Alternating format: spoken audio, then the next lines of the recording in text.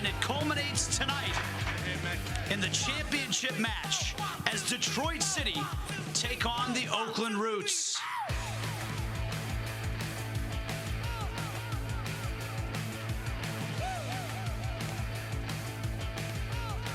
That trophy is on the line tonight. One of these two teams will walk away the champions of the NISA Fall Championship Tournament. Oakland Roots and Detroit City FC from Hamtramck, Michigan. Coming up, hello everybody. This is Nate Bukaty along with Jacob Peterson. Jacob, it's been a great tournament, a lot of fun, and this final should be a really good match. Yeah, it will be, Nate.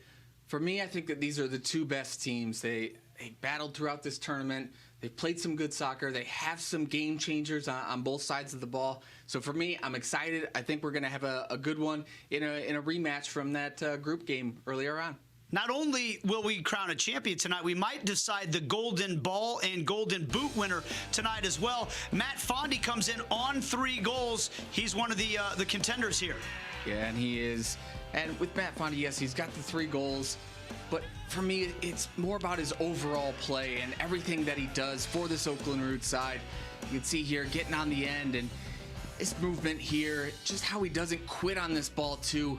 It's that sacrifice for the team, and yes, in the end, it might be a little bit lucky, but Nate, you create your own luck, and Matt Fondy is really the engine for this Oakland Roots side.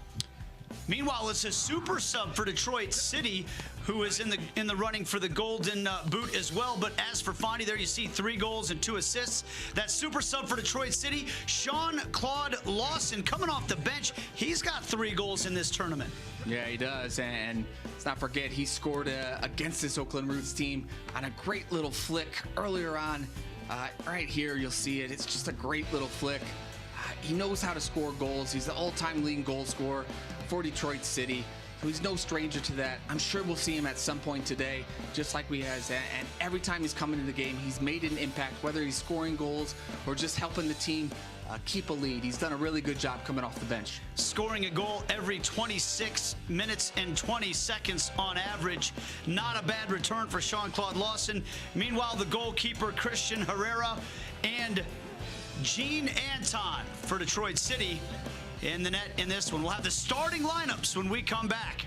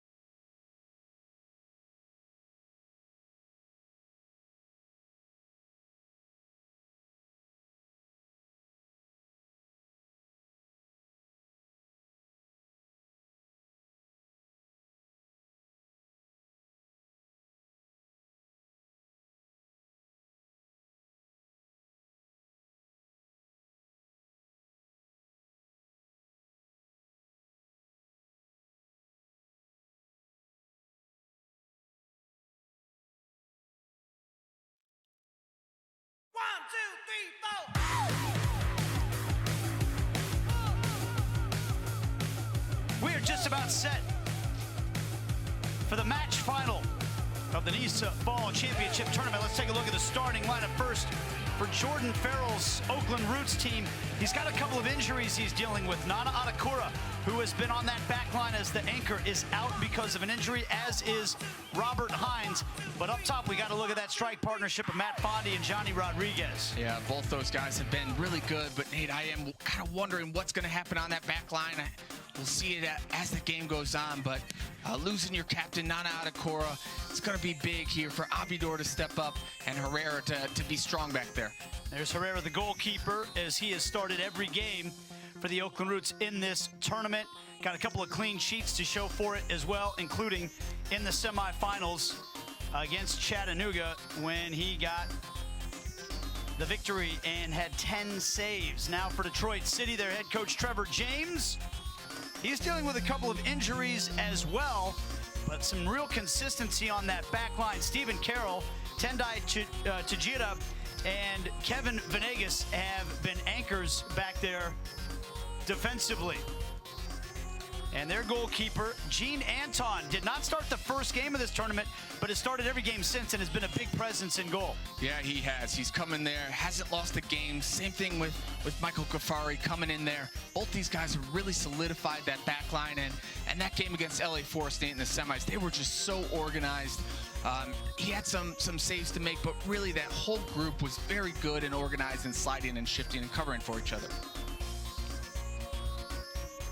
We'll have the keys to the game and kickoff coming up from Hamtramck, Michigan.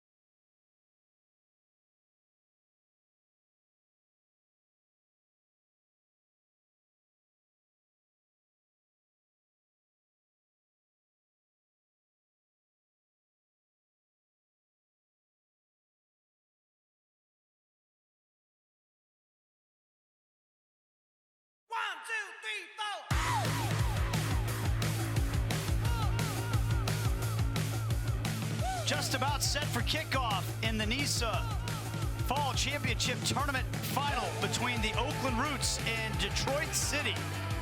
We are in store for a good one tonight in Hamtramck, Michigan. Let's take a look at the keys to the matchup according to Jacob Peterson. First for the Oakland Roots, presented by Gig Car Share.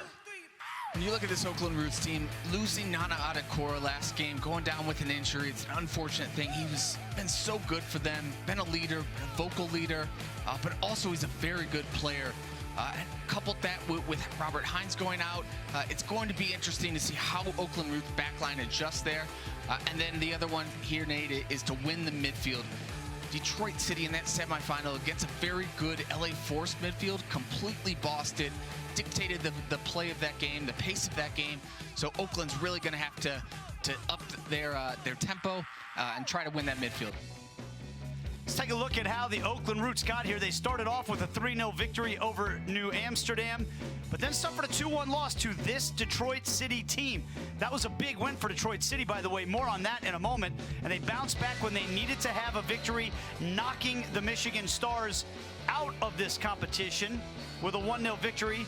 Then they got a 3-2 win over Chattanooga on Wednesday in the semifinals. Meanwhile, the keys for Detroit City, presented by Stroh's. Yeah, to start off, when you look at this Oakland Roots team, something they do so well is their movement up top. Rodriguez, Bondi, McInerney when he's in, but they attack those wide channels. If Detroit's playing with a 3 in the back, they've got to protect those channels on either side. Bondi loves to get into those spots and create some good goal-scoring chances. And then the other one is they got to test Herrera early on. Herrera, while he had 10 saves in that game against Chattanooga, he was a little bit shaky on crosses, dropped a few of them, and some easy chances there that Chattanooga just couldn't finish. So Detroit's really got to test Herrera early on here. And we're just about set for kickoff in Hamtramck, Michigan. Referee is Nicole Green. There's the whistle, and away we go. With the Michigan, with the Detroit City side that is dressed in all white, and the Oakland Roots in all black. And immediately we've got a foul against Detroit City on their home field here, by the way, as Diego Casillas is the man down. And so let's go ahead and take a look while we have a stoppage here at Detroit City's road to the championship. A little appropriate being in Motor City after all. And it started with that 2-0 loss to the Michigan Stars, but then they bounced back. As we referenced earlier, they really had to have a win against the Oakland Roots in Game 2, and they got it 2-1, and they followed it up with a 4-2 victory over New Amsterdam to get through group play. Then in the semifinals on Wednesday, they kept a clean sheet, very organized in the back line with the 1-0 win over a really scrappy LA Force team. Yeah, I think this Detroit City team, in the regular season here, they just couldn't kind of figure it out on the attacking end in the final third. They weren't scoring a whole lot of goals. That Michigan Stars game, that Michigan Stars team doesn't play the best brand of soccer. It's more of kick it long and fight for those second balls. But ever since that game, for me, I think Detroit City's been the best team in this competition. They played really good soccer, knocking the ball around, and now you're starting to see, whether it's Matthews, Todd, or Lawson, they're starting to get on the end of those and starting to put some in the back of the net. Back underway, as should be a good night again for soccer in Hamtramck as well. We've really only had one night of weather, and that only affected one of the games. Outside of that, the weather's been pretty darn good. Good conditions tonight again, and that means it should be a good match. Now, we will say, though, that there have been some tired legs out there. These teams have gone through a lot in the span of 12 days. As I mentioned in the open, 15 matches by all these 8 teams that came to Michigan for this competition in the span of 12 days. And these teams tonight playing after going through tough, hard-fought semifinals just on Wednesday. Yeah, there's definitely some heavy legs out there, Nate. I think, though, when you're playing in a final, you've got that adrenaline. Even if there are no fans there, it's still, you see the trophy on the sideline. There's something to play for. It's that added extra motivation. I think most of these guys will be able to get through that mental grind, but there's no doubt that probably every single player out there is definitely carrying a few knocks. And Probably pretty sore as well. And there is a deflection that carries wide of the target on some high pressure from this Oakland Roots side. That coming from Nelson Blanco, but it's out for a goal kick. Blanco back into the starting 11 after coming on as a sub in all 4 games in this tournament up until this point.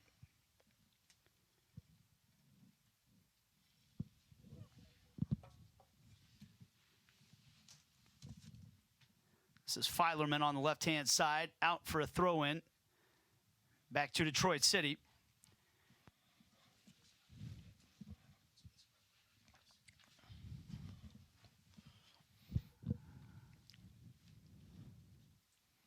There's a collision right on the 18-yard box and another foul, and I think it's going to be the same man down for Oakland. That is Diego Casillas. He's had a rough one so far. That time it was Yazid Matthews who came in through the back. It's been a tough 5 minutes for the game for Casillas. He's out with an injury, first game back here, and he's really gotten hit twice, and that's a tough one. He gets hit there in the back of the head or back of the neck. Hope that he's all right. Yeah, that looked like that time Matthews caught him with a knee in the back of the head. So we got another stoppage here as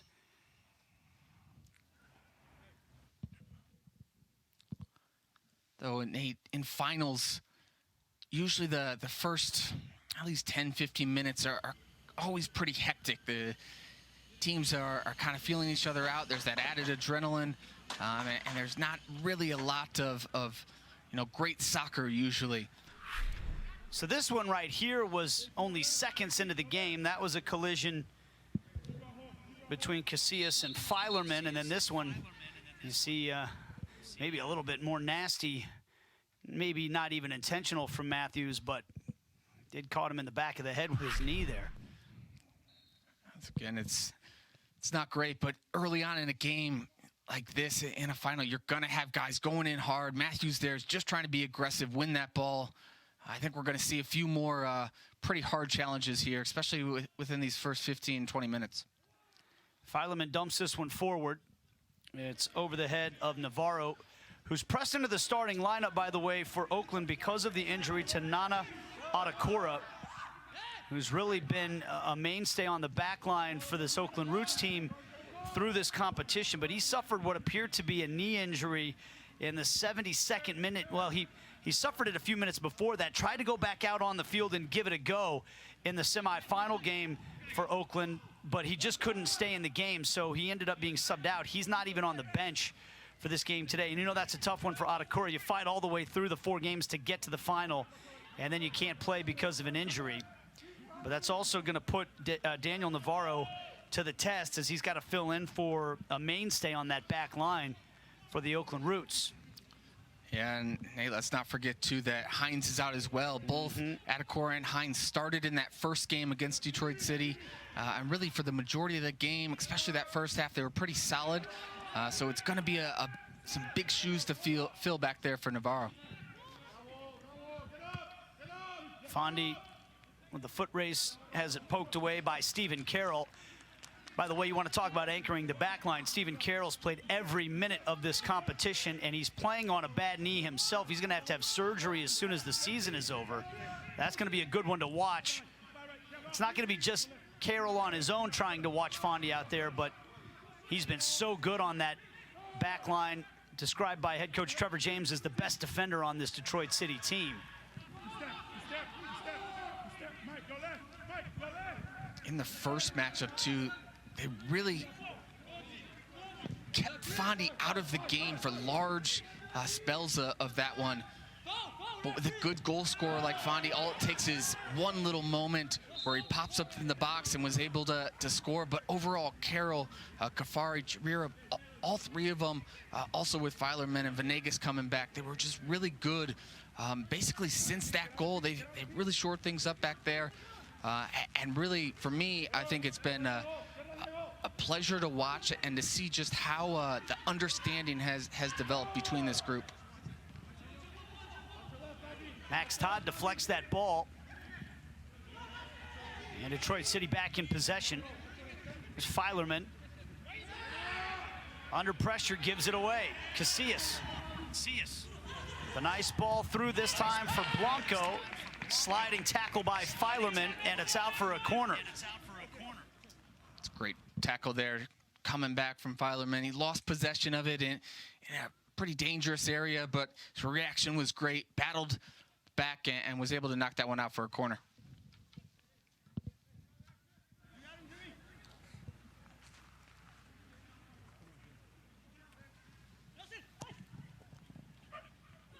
It's over the head and hands of Gene Anton, and he did get a touch to it, so it's out for a corner on the other side. You'll hear Gene Anton quite a bit through the course of this game, as he is a vocal presence, a big physical presence for Detroit City. And yeah, just got a glove on it.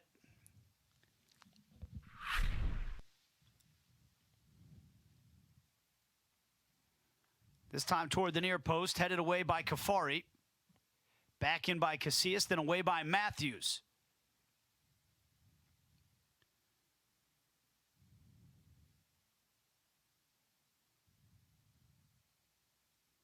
Fondy giving chase to this one. He gets on the end of it. Casillas. Down he goes. Filerman thought maybe a little softly, but he does earn the foul.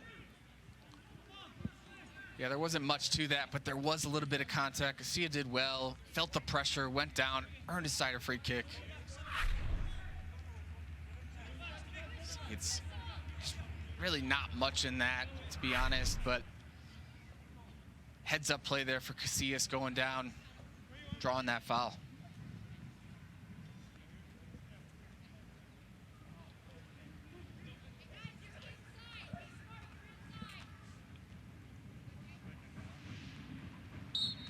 Harish and Casillas. Casillas dumps it in. It's headed across the goal mouth, a little awkwardly so, and touched behind for another corner by Matthews. It's a great ball across, a really dangerous ball too, in a good area.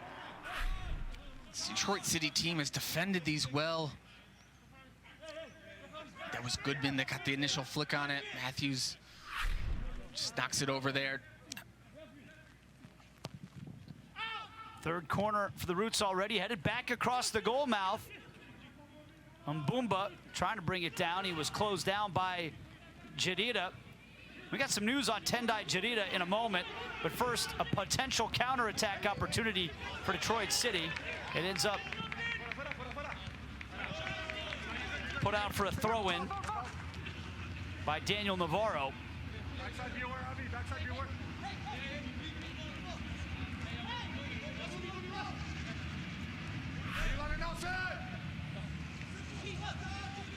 Matthews, you can see he's trying a little outside of the foot there, trying Filerman down the middle. Just overhits it a bit.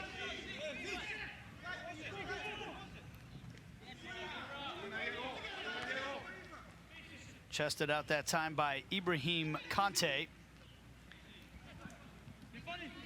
Conte was banged up, did not play in the semifinal against the LA Force, so I know Trevor James is very happy to have him back out there. Max Todd taken down from behind, and a foul given by referee Nicole Green.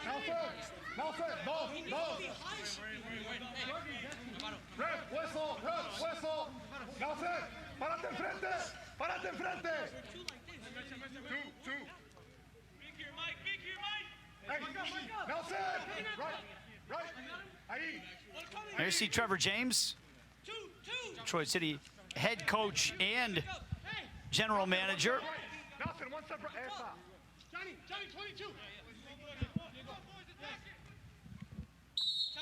Cyrus Sadie to do the honors on this set piece. Flicked across. Johnny Rodriguez was the guy that got to it for the Oakland Roots.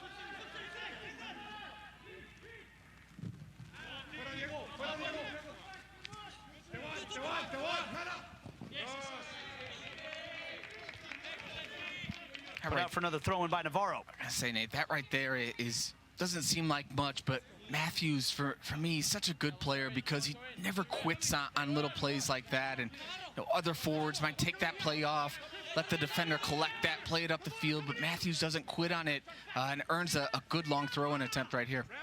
For my money, he scored the most important goal of this competition for Detroit City. That was the equalizer against Oakland when they played in group play. It's going to be out for a corner here. They say Herrera did not keep it in. But if you go back to that moment in time, at that time, Jacob, Detroit City had been beaten 2-0 by the Michigan Stars. In the Zoom media conference, Trevor James was asked a lot of questions about why his team's struggling to score goals. They were struggling to create opportunities against Oakland. They were trailing 1-0 and looking at possibly getting eliminated in group play. And Matthews had that little backheel flick goal that seemed to turn everything around for this Detroit team. Here's the first corner for Detroit. Cleared away by David Abidor.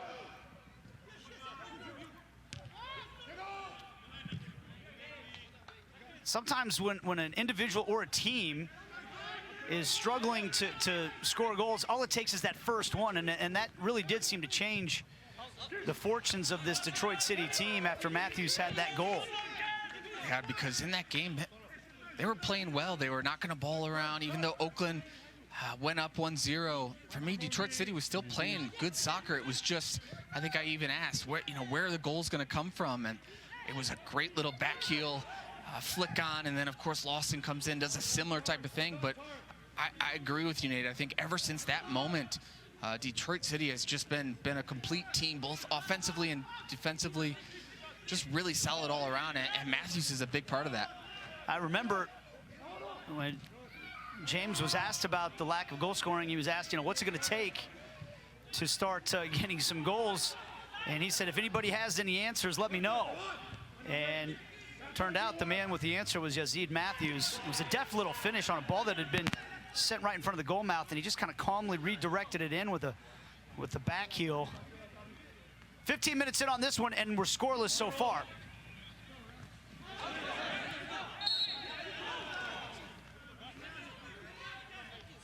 It's going to be a foul against Oakland here. Pearson, the guilty party on this one. On the wall, there's two.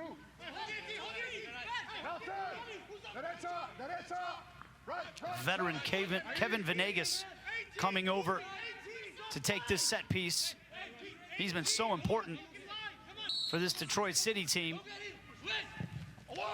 Lifts it right towards the 6, and that was not far from Kafari. But in the end, Oakland looking to clear it here. Blanco is fouled by Cyrus Sadie, and we're going to have our first booking of the match in the 17th minute. Sadie will see a yellow card. I think he just leaves the stud in there. I think that's probably, depending on the contact, a good decision there from the referee. But what a ball that was from Venegas. A little teasing ball. Doesn't bend this one in. He just clips it in. And, I mean, that is... Oof. Kafari is inches away from getting on the end of that one.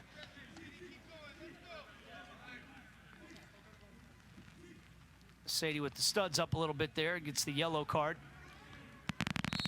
Yeah, I think that's I'm okay with that call. I don't think there was too much contact necessarily, but I think it's more of the action of studs up going into that challenge that earned him the yellow card.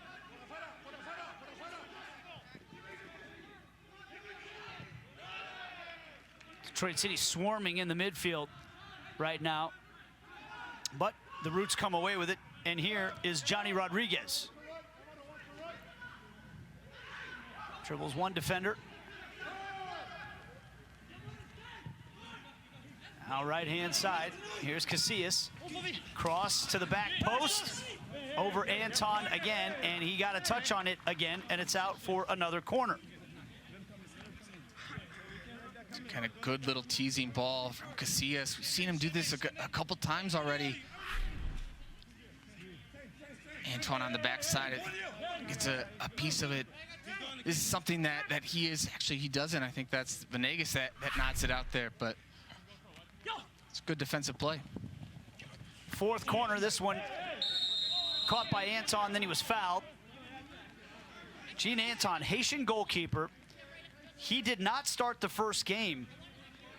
Parker Siegfried made the first start for Detroit. They lost that one 2-0. He got put into the starting lineup after that and has started every game since.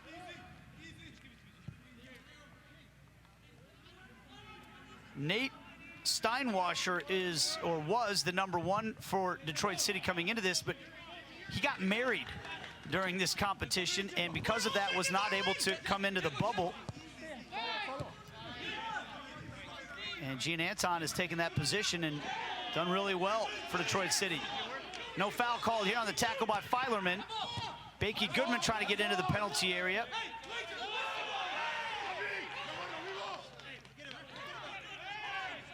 Casillas arguing about the throw-in here.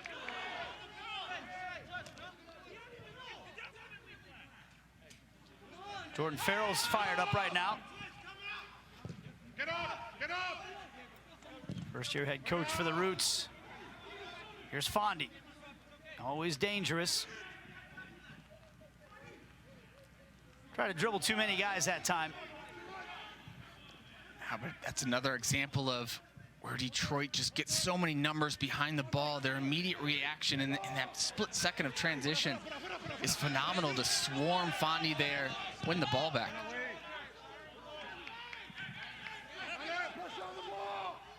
Tendai Jedida. Told you I had some news about him, number 12 for Detroit City. Just found out from Trevor James that Tendai was called into the Zimbabwe national team for their match coming up on October 11th against Malawi. So congratulations, Tendai. They hadn't announced it yet, so Trevor asked me to sit on that until the game got underway. But that's a heck of an accomplishment for Tendai Jedida. He's another one of those guys that's played all 90 minutes in all 4 games for Detroit City. Here's Fondy. Kafari turns it behind for yet another corner for the Oakland Roots here. We're in the 21st minute, and this is already their 5th corner kick. That's what I was talking about in the pregame on the keys to the game, is those channels. When you play in this 3-man back line, sometimes a 5, it's attacking that space in behind the wing backs, making those center backs come out. I thought Kafari did a good job there, sliding over to Fondy, but that's something to watch out for. Corner goes over everybody. Volleyed back across by Abidor and then cleared away by Detroit City.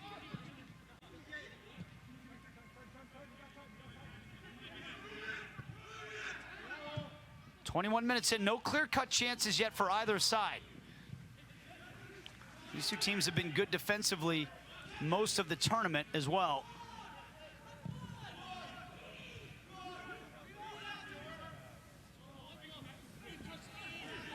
Jedida with the tackle to knock it out for a throw-in. Nate, to touch on your point about Jarira from earlier, he has been really good. Carroll's been good. When Kafari's been back there, when Kabazuki's been back there, they've just been a good back line, whether it's 3 or it's 5. It's just been a very good, and he's been a big reason as well. Foul called on Daniel Navarro.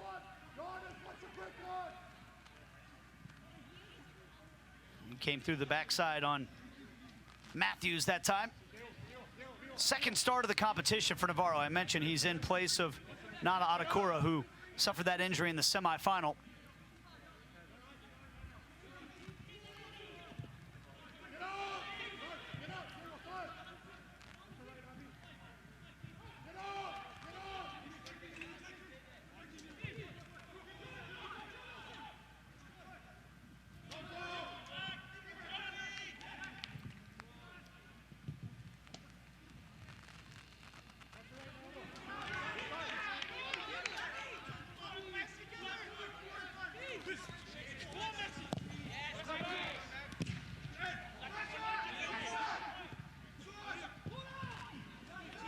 Jadita with the step again. Matthews. Long range effort. Bangs off Abidor. And now headed away by Taran Weir. Venegas, though, takes it right back for Detroit City. Well, this is being played with the intensity of a final right now, Jacob. Every roll of the ball is being contested by both sides. Yeah, it's hectic in there. Almost every time the ball turns over, guys immediately are pressuring both sides. Neither team can really establish too much possession. Detroit started to here a little bit, which for me, I think this is a big part of what they do, what they want to do. And as this game goes on, I think that that's going to be something that they look to do. Matthews dropping into that pocket, holding up play for the team, spinning out and switching sides of the field. I think that's something that can really unlock this Oakland Roots team.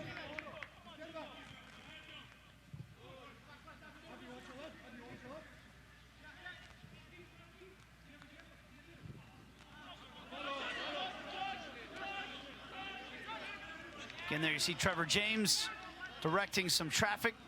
Spoke with him earlier today. One of the things he wanted to point out to me was the help he's gotten from some of his assistant coaches, particularly Javi Batista, who has been his #1 assistant this year. Said he's a young, up-and-coming coach who's really helped him. He's given him more and more responsibilities this year. And he said Javi has met all those challenges, been great with the video work that Detroit City's done. And of course, that's important for Trevor James when you're the head coach and general manager. You've got to have good support around you.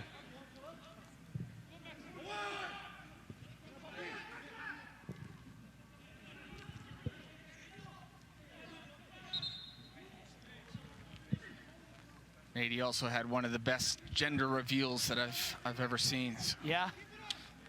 Look it up if you haven't seen it. Okay, Javi Batista, I was told he's very popular on YouTube as well. But Trevor James said head coach material in Javi Batista.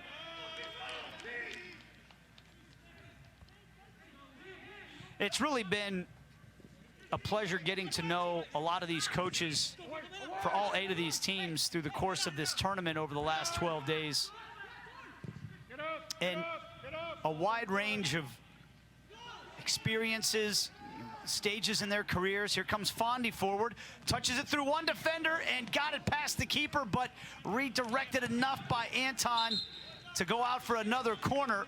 Fondy, that's the first chance he's really had a chance to show what he can do, and he worried that back line of Detroit that time. Did, and again, Nate, it's nothing fancy with Oakland. It's just hitting those channels into Fondy. Fondy does a good job holding off Kafari, and a little Meg there on Carroll.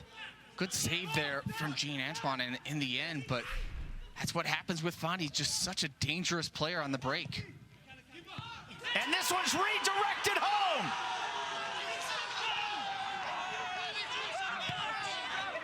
Johnny Rodriguez, for the 2nd straight game, has put Oakland in front. And just look what it means.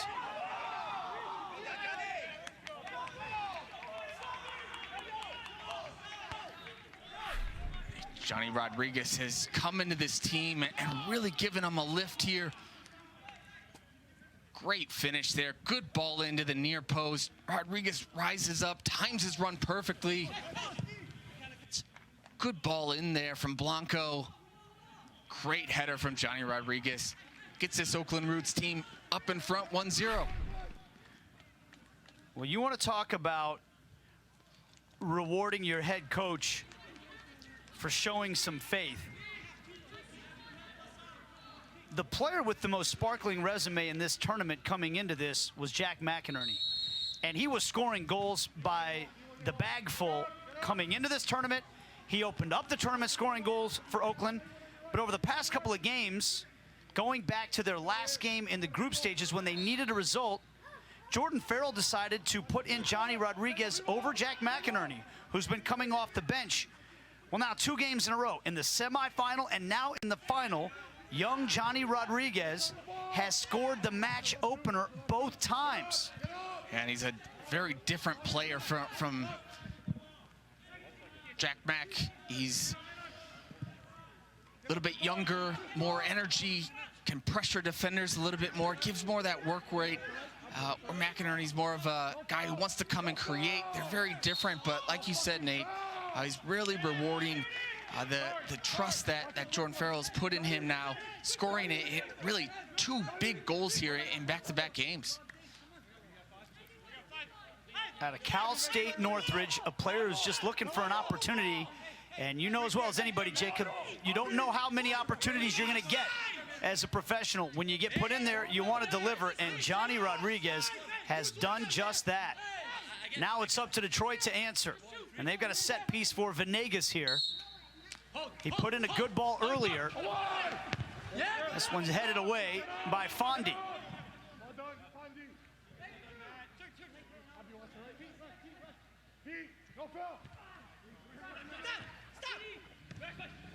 Todd.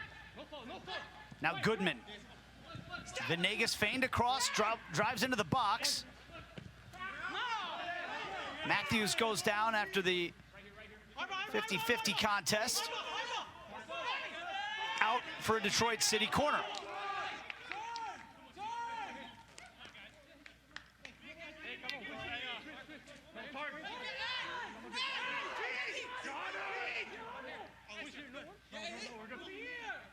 Sadie whips this one in.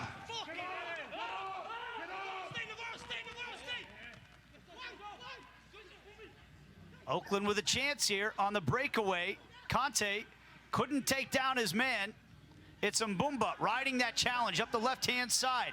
Harish. Now Mbumba again.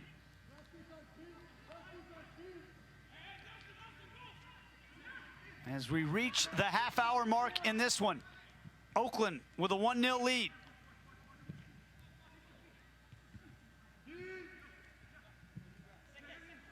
Still the Roots coming forward. Long-range shot takes a deflection up over the bar, so it'll be another corner for the Oakland Roots. These teams are just so different, Nate, when you watch them. Detroit wants to build out, wants to get everybody on the ball, and Oakland's just...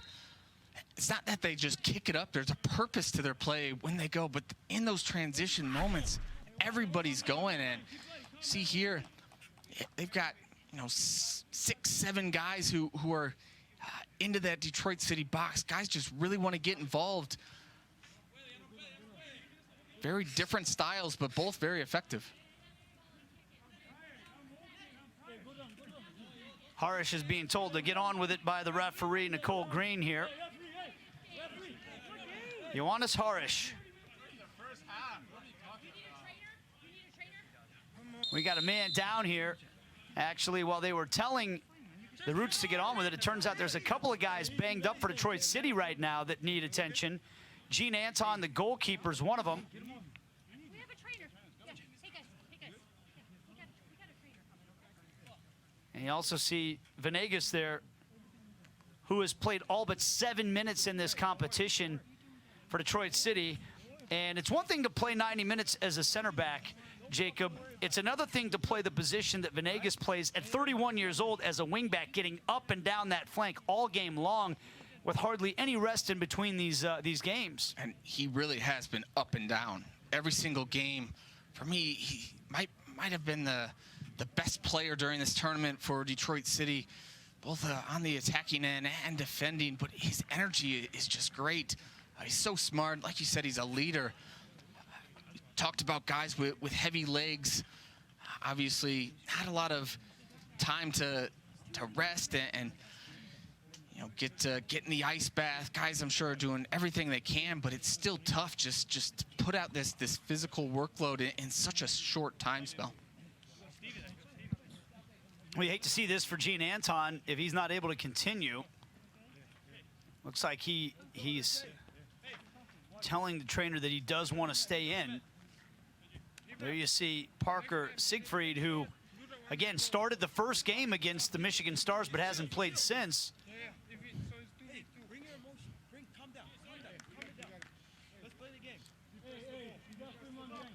talked about it a few times, but having these field mics out there are great. You can pick up so much of what's said out there during the game. I'm not sure who was saying it to whom there, but somebody was being encouraged to calm it down, bring your emotion, but not too much of it. That's a fine line to walk, isn't it, when you're in something as emotionally charged as a Cup final. Here comes the corner now.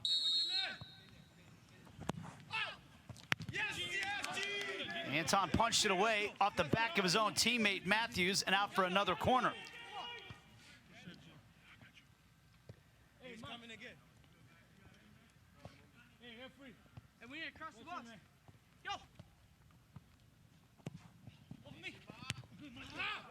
Kafari heads this one away.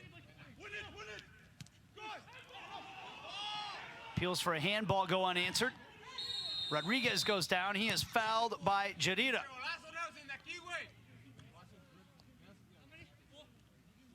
Be interested to see if that did hit a Detroit City player's hand there in the box, but either way, Rodriguez earns a free kick here, and Nate in a really good spot.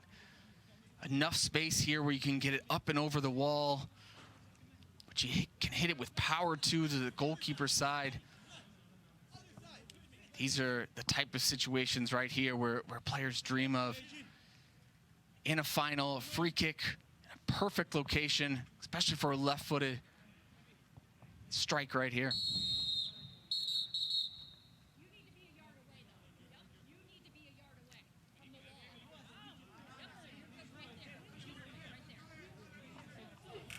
Nicole Green directing traffic right now.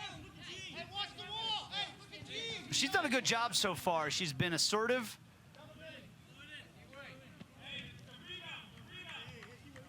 She's been in control of the match. And here's Blanco with the left foot right into the wall.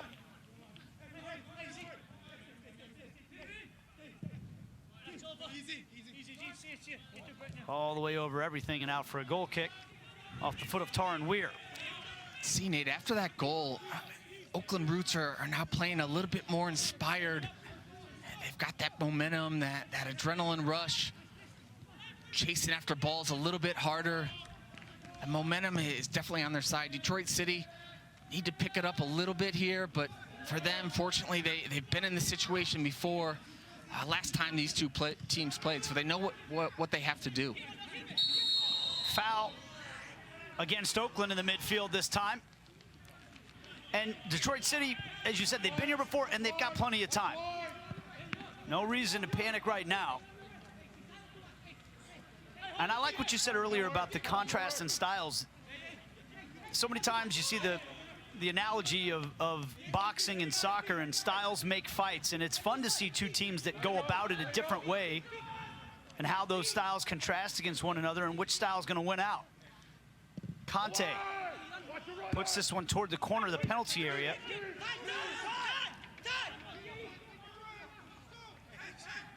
The thing with Oakland is it's not just, kick it down the field up to your big guys and hope to battle and win second balls, maybe like the Michigan Stars played. There's a purpose to those long balls, and they have patterns that they work on. Not everyone, but here's again, a long you find ball to Fondy. Yeah, forcing Carroll over, and it seems like every time they do that, Jacob, it's turning into a corner kick right now. This is number 9 coming up in the 37th minute. Yeah, I mean, that one is, I said there's purpose to those long balls. That one, I think, was just a pure clearance, but with Fondy up there, he's so active. He finds those seams, and with that 3-man back line, does it just in between Kafari and Carroll. And again, like you said, Nate, another corner kick.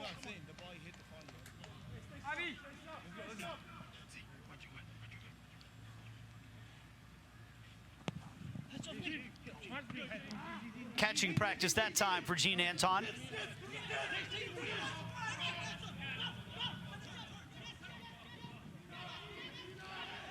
Chedida got chopped down that time by Blanco. Twisted Blanco inside and out there. Good feet from Jarira. Blanco seemed like he was willing to pick up the foul that time to prevent the counterattack.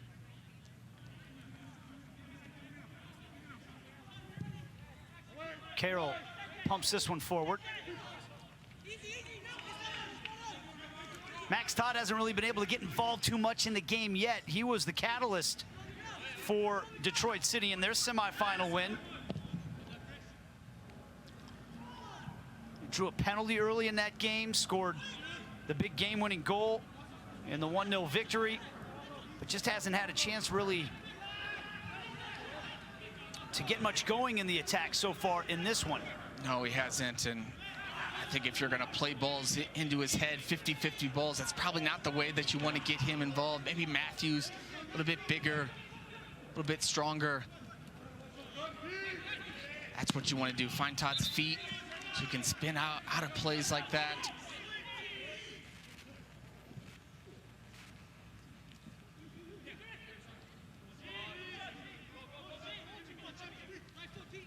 Matthews to Todd. Trying to back heel it to Sadie that time. Didn't quite come off. Fondy trying to hold it up against Stephen Carroll. Carroll wins this battle.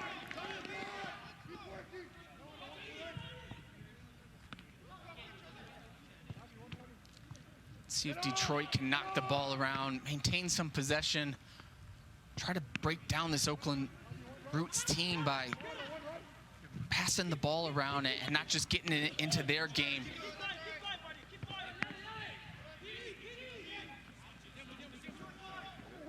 Casillas just couldn't quite keep it in. Like the turf monsters over there, Nate. Yep.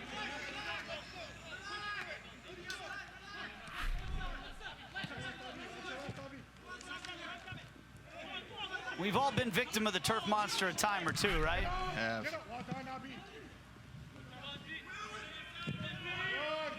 get up.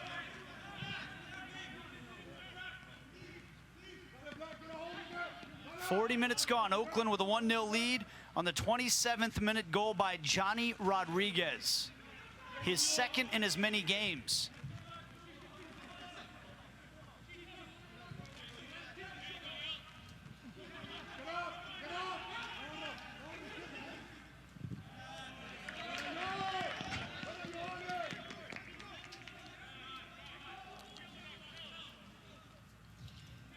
Saying I want to see Detroit City knock the ball around a little bit, but I got to give credit to the Oakland Roots because they are doing a good job pressing, starting high up the field with Fondy, Rodriguez, Blanco, just pressing the ball, making it difficult for that Detroit City backline to find those midfielders and really to establish that rhythm that they want in their possession game.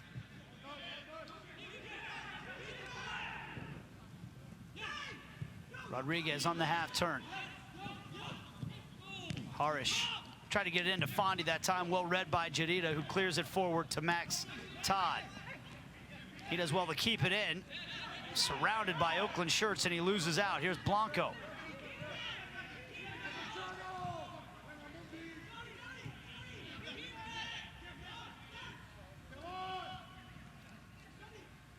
Rodriguez was able to keep it away from the first sliding tackle by Venegas, but then he fouls Venegas.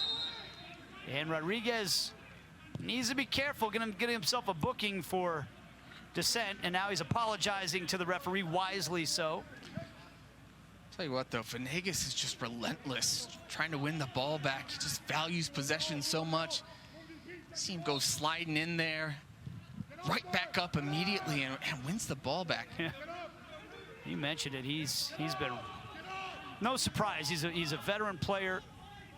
He's been a good player his whole career, but tell you what, to do that at 31 on an artificial surface in 12 days, that's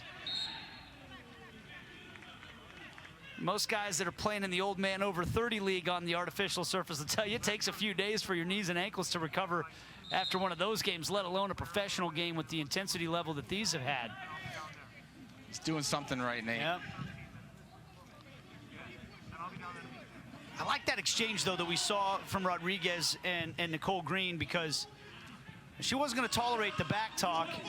He quickly kind of woke up to it and apologized. She didn't reach into the pocket too quickly. She knows it's a cup final. She hasn't been too quick with the cards yet, but she has shown she's willing to give one if needed.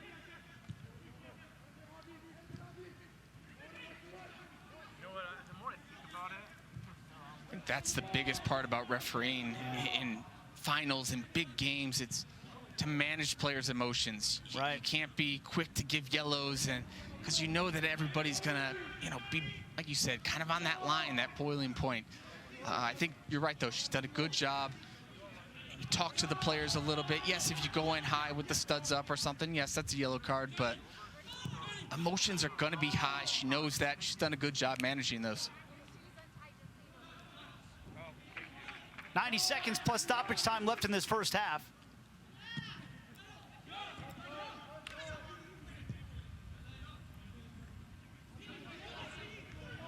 Here's Casillas. He and Blanco been combining quite a bit up that right-hand side. Good sliding tackle from Jadida, then a good sliding tackle from Casillas. But he might have got his studs caught in that turf. And that's one of the things about the artificial surface, Jacob. When you're wearing cleats or studs, if you happen to get them stuck in that surface, it's not like natural grass where the turf just comes up on you. You can really get them stuck in there. And there's no give. Hopefully he's okay. He's definitely taking a beating this game, that's for sure. He's still shaking it off on the near side. Might just try to get through here to halftime and see if he can pull through.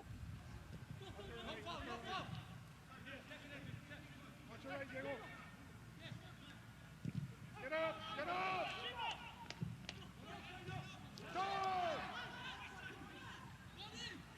Fondi working against Carroll. Plays it through to Blanco. Blanco onto that left foot. Now Fondi, he puts it home, but he was offside. And he did appear, Jacob, to be standing in an offside position when he received that pass. I think he was. Otherwise, that was a really good counterattack again from Oakland, winning the ball. Blanco does a good job not forcing this, playing it across, and yeah, I think he is just a little bit behind Kafari there. That's a big, big moment there that Oakland can't punish Detroit City on, because they did everything right. Fondi just couldn't hold up his run and drifted a little bit off sides there. 3 minutes of stoppage time to close out the first half, presented by the Metro Detroit Chevy dealers. Fondi. That goal would have put him tied for the Golden Boot Race lead in this tournament with Christian Gordillo of the LA Force, who scored 4 goals in the span of 2 games. He had a hat trick in one of those 2 games. Fondi's on 3 goals right now. The way that he's playing, I'd say it's looking likely that he might get another big opportunity here. Set piece for the Roots again. This one over the bar, and Gian Anton wisely let it go. And we're halfway through the stoppage time now. I think for Detroit City now, it's just get guys up. It's getting to halftime, make some adjustments.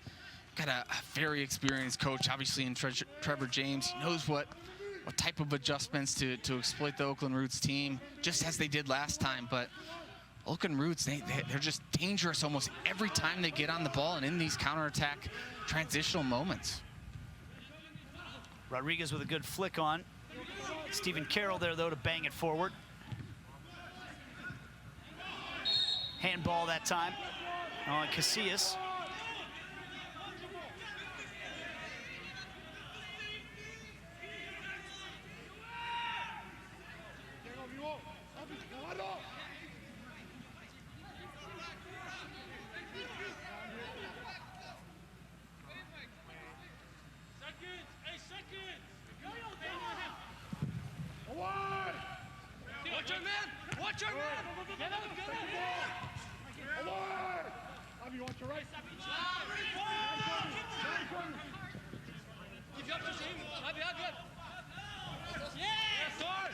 I didn't know if that was going to have enough steam to get all the way out of bounds there, but Weir was able to box it out long enough to get there.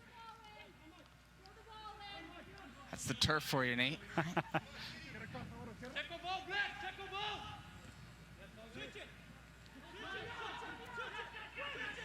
We're at the 49th minute now. Rodriguez tried to get it forward to Fondi, but Tajita broke it up.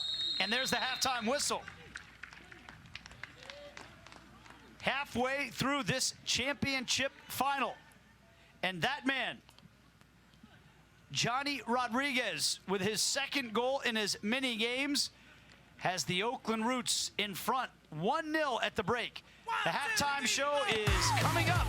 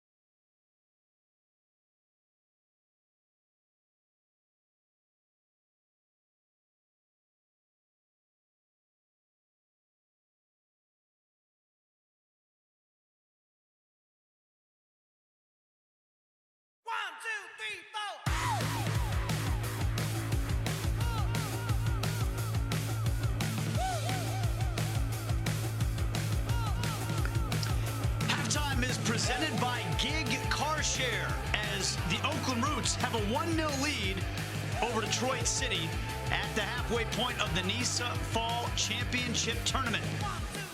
Nate Bukaty along with Jacob Peterson. And Jacob, what did you think of that first half? A big goal by Johnny Rodriguez to put Oakland in front. Yeah, Nate, I think overall Oakland deserved this lead. Oakland have been the better of the two teams, I think. We talked about the keys in the match. Really, Detroit City has struggled to defend those channels with Fondi going out there. They really haven't tested Herrera too much.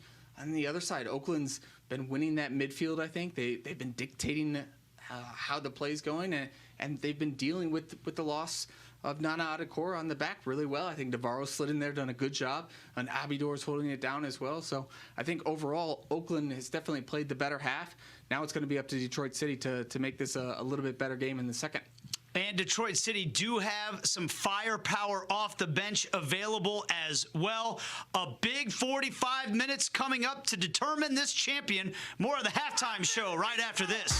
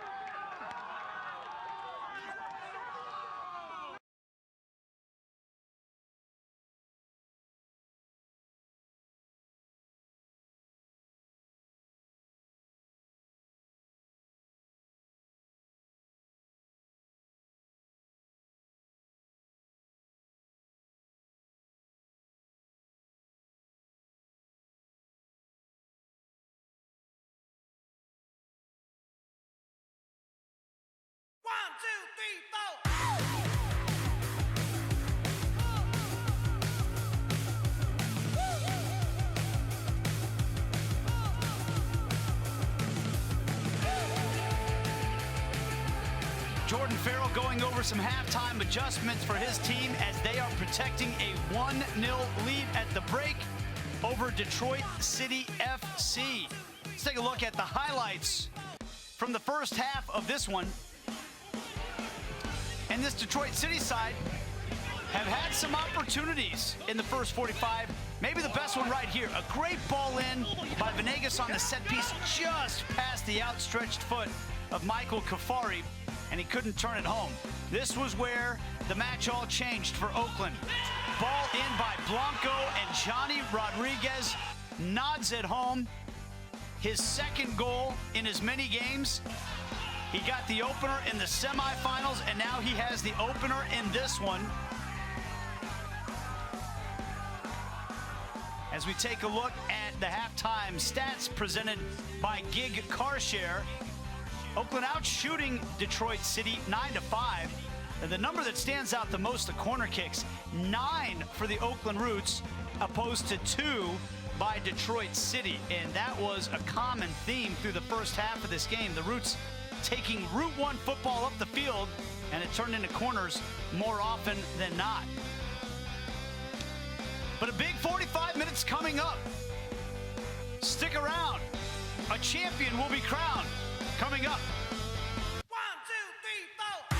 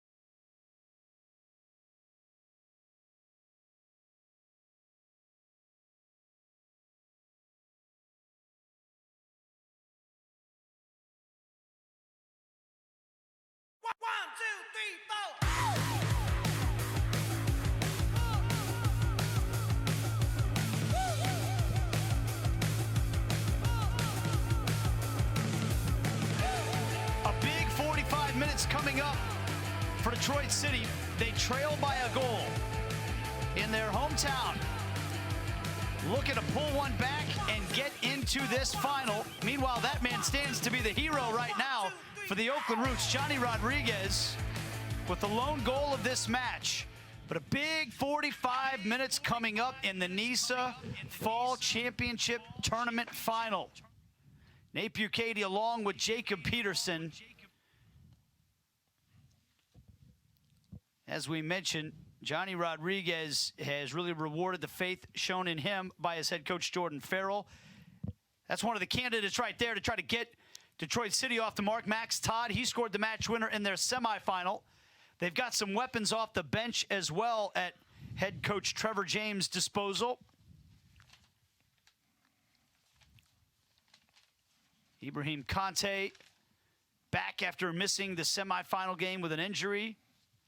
Kevin Venegas, the veteran, has played almost every minute.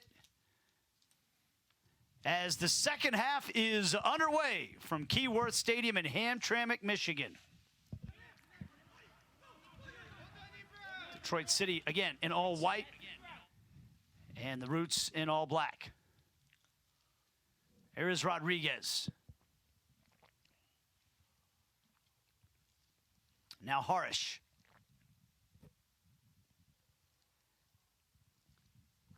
And it will be interesting to see, Jacob, what types of adjustments, if any, we see from Trevor James' side, this Detroit City side. Didn't really create much in the way of chances in the first 45 minutes. No, I think as much as sure Trevor James talked about tactics that you want to change, but for me, they're just kind of lacking that little bit of fight, that little bit of battle.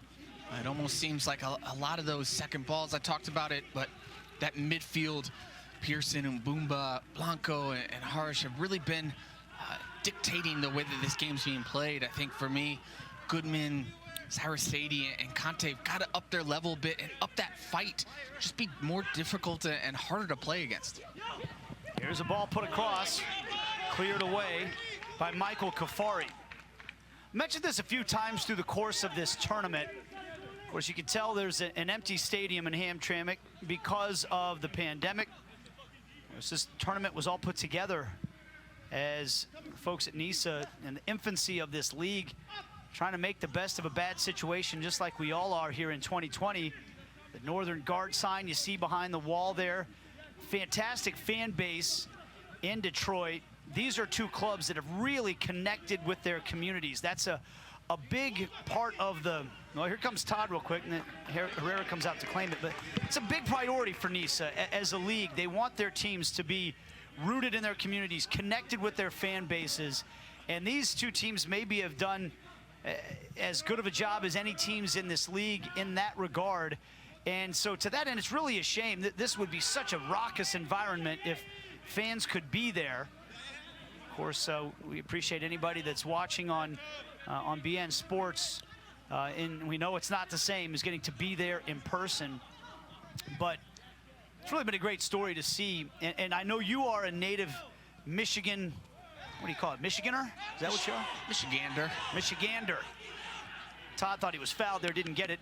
And I know you didn't grow up in the Detroit area specifically, but being from Michigan, it's got a fond place in your heart, Jacob. And as a guy that's is a soccer lifer yourself, what's it make you think to see the way their club has really connected with that community? Yeah, for me, it's just been such a cool thing to see from afar. And I said it early on, but I didn't have anything like this when I was growing up and playing. And I played for a club team out of the Detroit suburbs, so I was over there a decent amount. But for the state of Michigan, there's so many good players, and they didn't really have a place to play. What Trevor James has done, and the ownership and the fans who have now taken some ownership stake in the club as well. It's just, for me, everything about it makes me proud to be from Michigan, to be representing soccer in Detroit, but also all over the state. I do think it's been a really cool thing to see, but you're right. I wish that the fans were there. Obviously, in another year, you said this stadium would be absolutely incredible. The atmosphere that the fans provide there it's really incredible. No, it's not the fanciest stadium, but they sure make it a fortress, and it's a really cool thing to see. You a big fan of Iggy Pop? Yeah, of course. He's it seems like a random question if you don't know the story behind it. Here's a foul on Fondy as he rose up for that header and put it right at the goalkeeper, Gene Anton. But Iggy Pop's involved in that ownership stake you talked about with the fans in the Detroit area. Hey, any Michigan native, it's a prerequisite. We have to support our own. It doesn't matter. What a great music scene in many different genres, right? In the city of Detroit. There's a ball over the top for Matthews. Good ball in for Goodman. And Sadie with the outside of the boot. Maybe the best scoring opportunity for Detroit City so far. In the end, it's saved by Christian Herrera. We're inspired by your Iggy Pop mention there, Nate. But it was Matthews again. Goodman with I thought he was going to pull the trigger there and try to bend it into that far post. Actually, good layoff, but yeah, Cyrus Sadie just can't get much on that. He's obviously wants to get it on his preferred left foot, but doesn't hit that pier. But that's a lot better from Detroit City. We didn't really see that in that first half. That's what they're going to have to do more of if they want to get themselves back in the game. Foul on the Roots.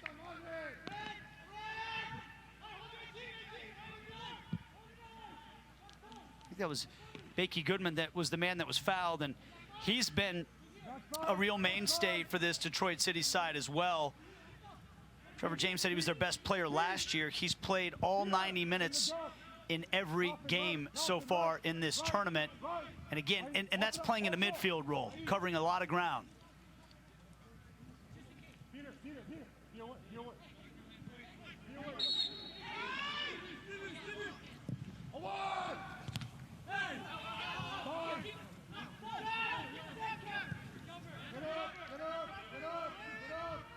Harish making his way forward for the Roots as they've got a chance at a counter here. Now Fondy.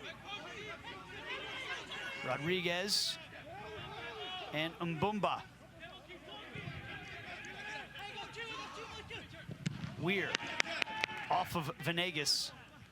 Again, who's just covered miles and miles of ground for Detroit City.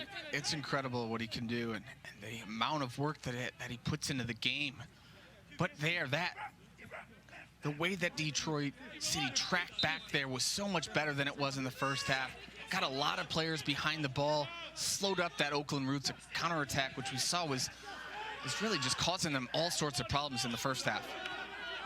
Conte muscled Mbumba off the ball, but Harish wins it right back for Oakland.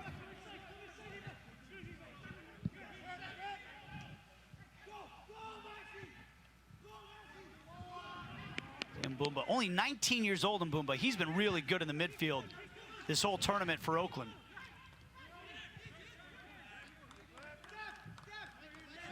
Now Fondy getting forward.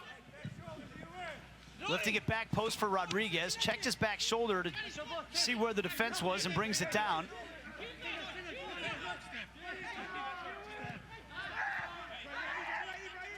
Pearson. Casillas. Casillas went down again. Referee doesn't buy it this time. Again, though, Nate, Oakland's able to find those channels, that space in between the center back and the wing back. Fondy again, now it's drifting out here to his right side.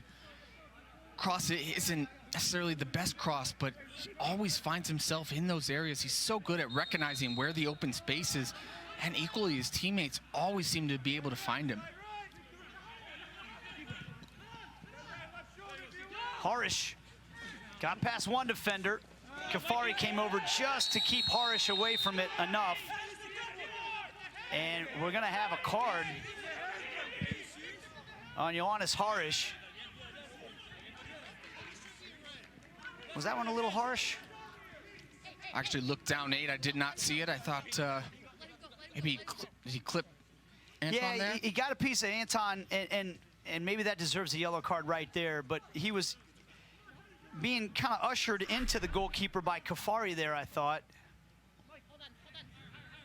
No, he wasn't. Yeah, that's it. You know, I take it back. Yep, Yeah, that's a yellow. That's a yellow card. Mea culpa. But Nate, Again, it's just kind of too easy right here through the middle. Conte can't get over there and does. Clearly gives a little toe in there. Of course, he puts his hands up like he didn't do anything, but right. Good Which is usually the sign of a guilty man, right, on a soccer field? Of course. Yeah, again, credit to Nicole Green. She saw it right the first time. It was a good spin that time by Harish to get out of the first wave of trouble, but then he and Conte get tangled up.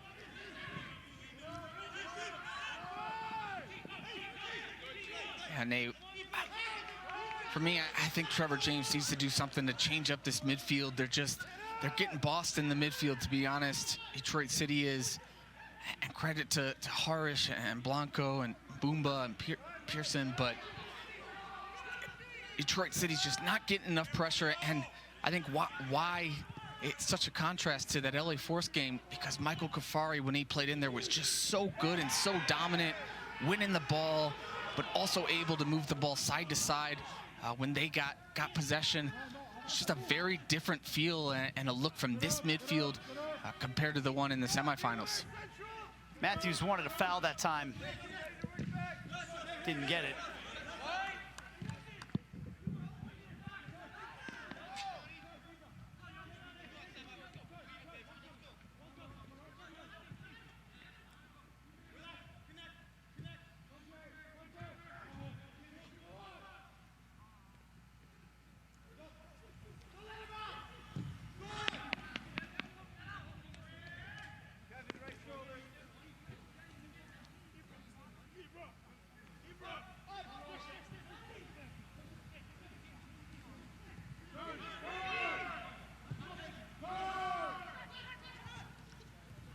Boomba gets it forward to Rodriguez. Rodriguez's pass was behind Taran Weir. And that spoiled what could have been a good opportunity for Oakland to get forward.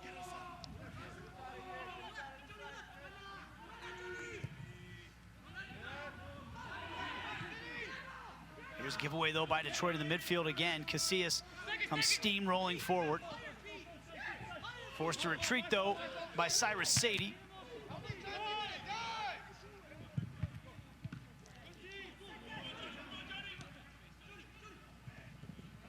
Again, Detroit City just can't possess it in the midfield right now. And here comes Rodriguez. Good tackle from Kafari.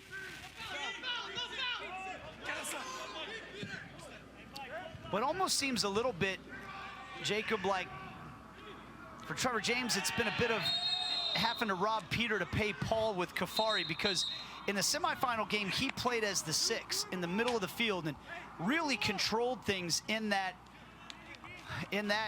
part of the field. And now he's back on the back line. He's doing a really good job back there, but then it seems like they've lost something in the midfield, like you said. Yeah, they just need a little bit more bite, whether it's in possession, but for me, more so when they're defending it. Right now, it's just too easy for Oakland to play through. Guys are late stepping to the ball, and it's not just one. Problem at that, if one guy's late, then the next guy is. It's a chain reaction, and it's tough. They just need somebody to anchor that and to give them more stability right now. Harish puts this set piece in, and there is Kafari to clear it away.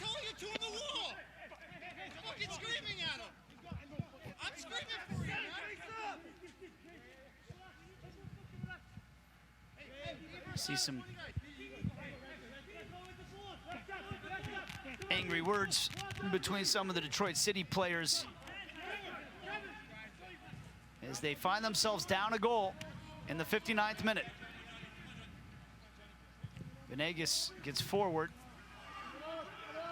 but then Abidor clears away.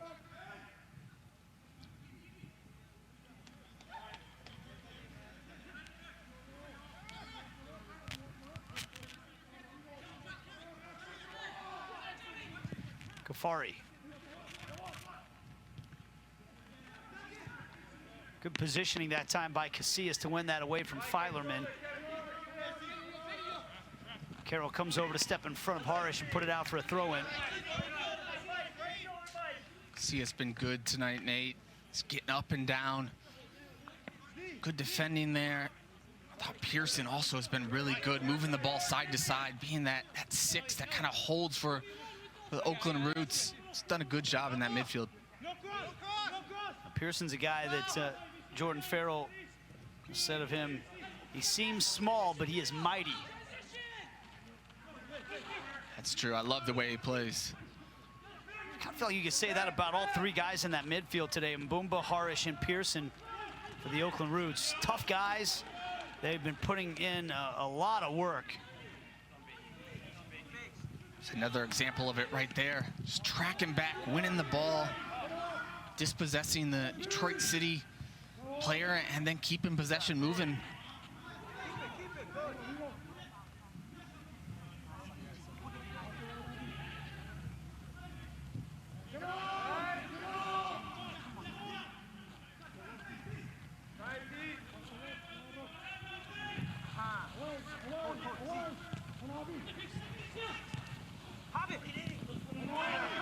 Decent build-up from Detroit that time, but in the end, foul against Detroit City. An hour gone. They're down to 30 minutes. Still need a goal to try to extend this championship game. And there's a good option right there. Jean-Claude Lawson waiting to come into this game. He has been their leading goal scorer in this competition. Also Sebastian Kapazuki, who is on the back line. You wonder if he might come in and allow Kafari to push up the field a little bit. Be interesting to see when that substitution happens,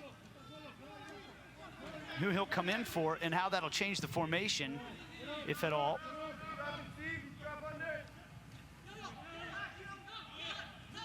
Ball, the second ball won again by the Roots. It's Harish. Mbumba. Sadie did well to take it away this time. Sadie wanted a foul, doesn't get it. While he's arguing with the ref, Oakland trying to get forward again. Kafari knocks it out for a throw-in.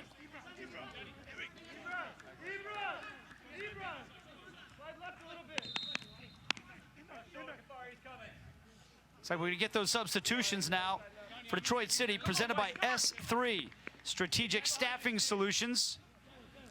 Kapazuki and Lawson ready to come on, replacing Yazid Matthews for Jean-Claude Lawson. And again, there you see it.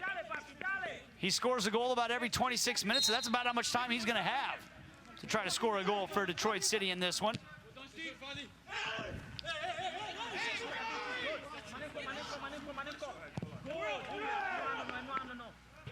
Also Kapazuki in for Venegas, who has just been a workhorse for Detroit City in this one.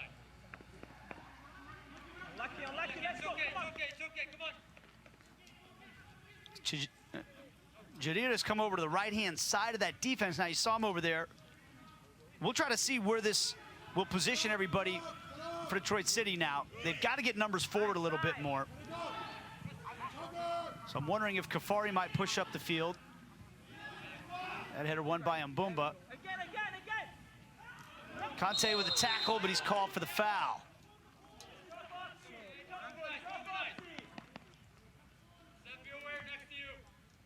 Blanco was the man down.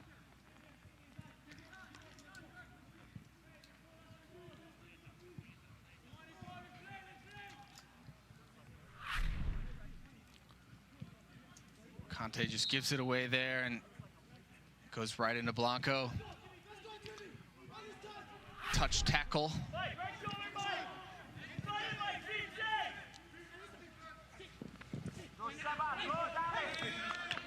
So now it looks like it's going to be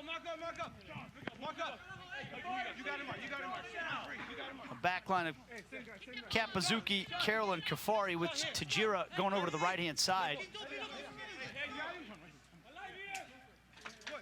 And this will be the first quarter of the second half for Oakland, but they're 10th on the game. He's coming, he's coming. So watch your left. He's coming left. Carroll heads away. Give it there, give it there. Go on, T. He doesn't want it. Keep going, T. Good. Come on, come on. Maybe a chance for Detroit City to hit on the counter here. Stephen Carroll's making the loping run up the right-hand side. They never found him. Here's a ball towards him in the backside, though, and he got a head to it. But an easy save for the goalkeeper instead. Love to see that there. Center back sees his moment in transition. He's trying to do anything to get his team back into this game. It's what you want from one of your leaders on the back line there. Well, Jacob, you and I get a vote in this golden ball situation, I believe, at the end of this tournament, and I've been thinking a lot about some of the candidates, and obviously the result of this game will go a long way in deciding that. I've got to feel like Stephen Carroll is at least one of the contenders for that. Again, played every minute for Detroit City and has really anchored their defense. Here's a turnover, and Lawson has buried it. Bring that man off the bench, and he will deliver. Nate, he didn't need his 26 minutes this time. Right away, that's the type of difference maker that you can have on your bench there. Lawson coming off. It's exactly what Detroit City needed. Really Oakland don't deal well with this, but you still have to finish it, and what a finish that is. Down to the corner. Exactly the spark that Detroit City needed. They were really struggling to find opportunities. That is a great hit into the corner. Nothing Herrera can do with that one. It is game on in Hamtramck, Michigan. 1-1 in the 66th minute, and you want to see some excitement and drama, get yourself in a cup final that is all level between two evenly matched teams. And Sean-Claude Lawson, when we talk about contenders for the Golden Ball, well, he is now tied for the Golden Boot race with 4 goals in this competition, all of them coming off the bench. And what a goal that was to keep this championship match alive for Detroit City. We know that he could score goals. He's done it in the past, but his strike rate this tournament is absurd. It really is. You don't see this every time he comes in the game. It's like he's creating chances, getting a goal. It's really impressive.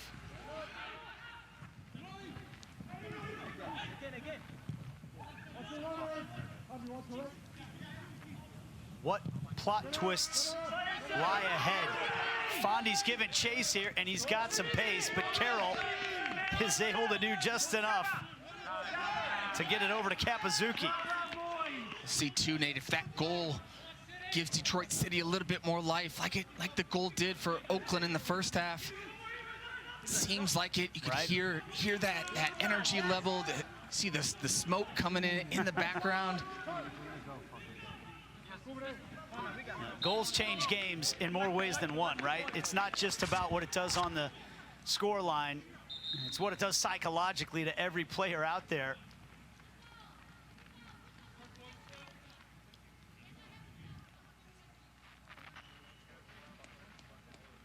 And we're going to have some substitutions now for the Oakland Roots as Niall Irwin comes into the game, replacing Ariel Mbumba.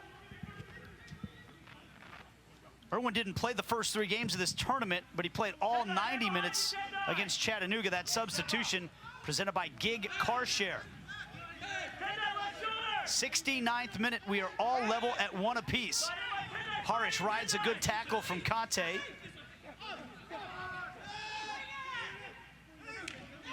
Now Blanco chipping it inside for Fondy, and he mishit it.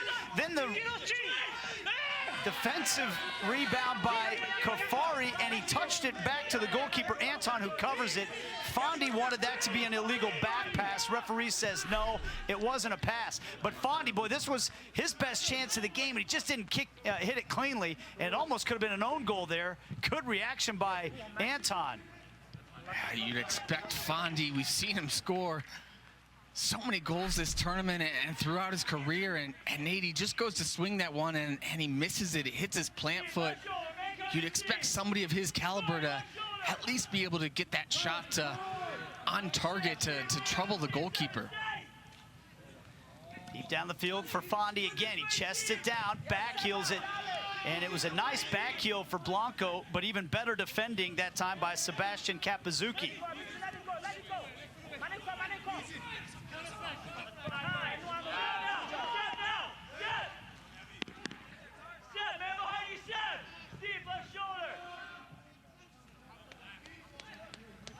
Right now, the Golden Boot race stands Jean-Claude Lawson with 4, Christian Gordillo of LA Force with 4.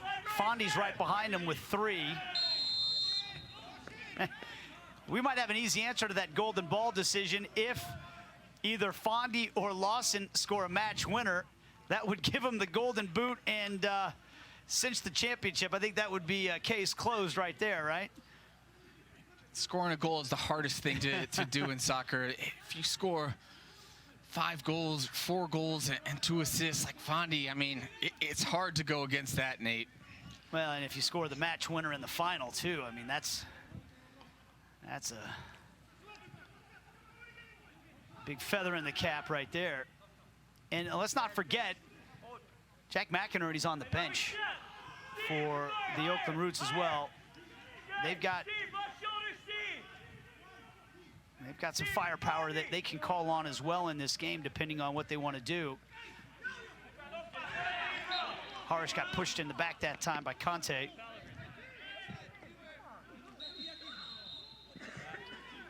Ball was rolling before the free kick. Here's the Golden Boot leaderboard right now.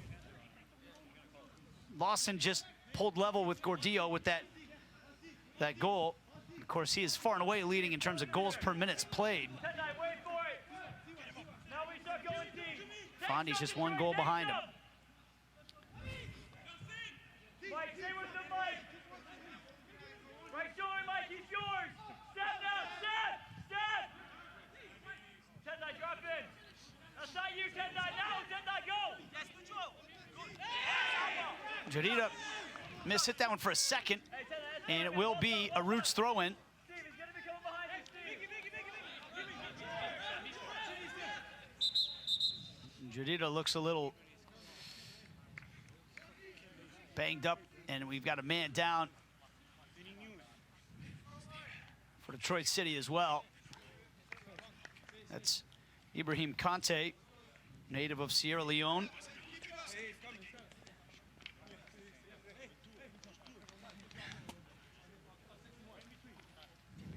Detroit City's no stranger to championships. Won the Midwest region this year. Members Cup last year. Now going for the NISA Fall Championship as well, and it's 1-1. If this game's level, after 90 minutes, we'll have 2 15-minute halves of extra time. And if it's still level after that, it'll go to PKs.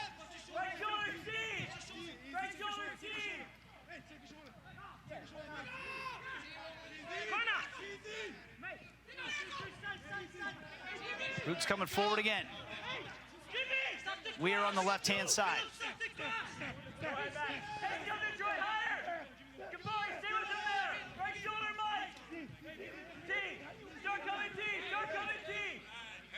Knocking the ball around well.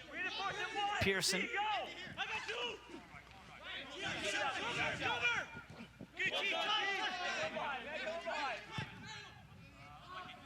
Rare didn't get that clearance very well, but Weir turns it over. Well won back by Ioannis Harish. When Oakland lose the ball, Nate, they're swarming to get it back. It's just so difficult for Detroit City to make 2 or 3 passes just to beat that initial press.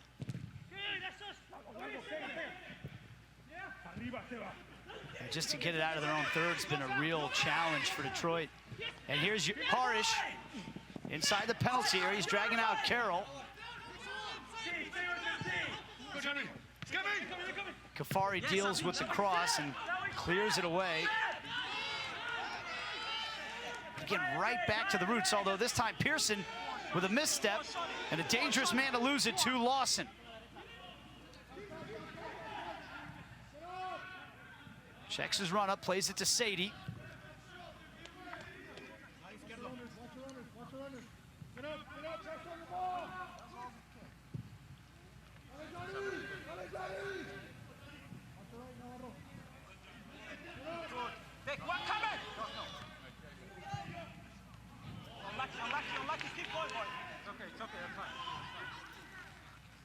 Been in games like this, Nate, where it's almost a cycle. You're defending, you're doing all the hard work defending. Then when you get the ball, you just don't have the legs, the energy to keep it there. You can see they can string maybe 5, 6 passes together, but once that movement stops and guys, aren't available for you, you run out of options there. Goodman really didn't have anywhere to go. Tried a little long ball there over the top, but it's just that cycle. Detroit City just got to maintain that possession because we know that they can. They want to keep the ball. That's their identity. They do it really well most of the time. Right now, though, you got to give credit to Oakland just with their pressure and the way that they're winning this ball back so quickly.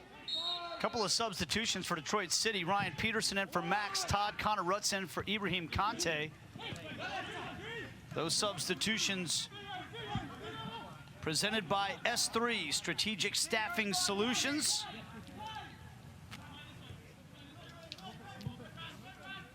Rutz is a guy that can produce some goals as well for Detroit City.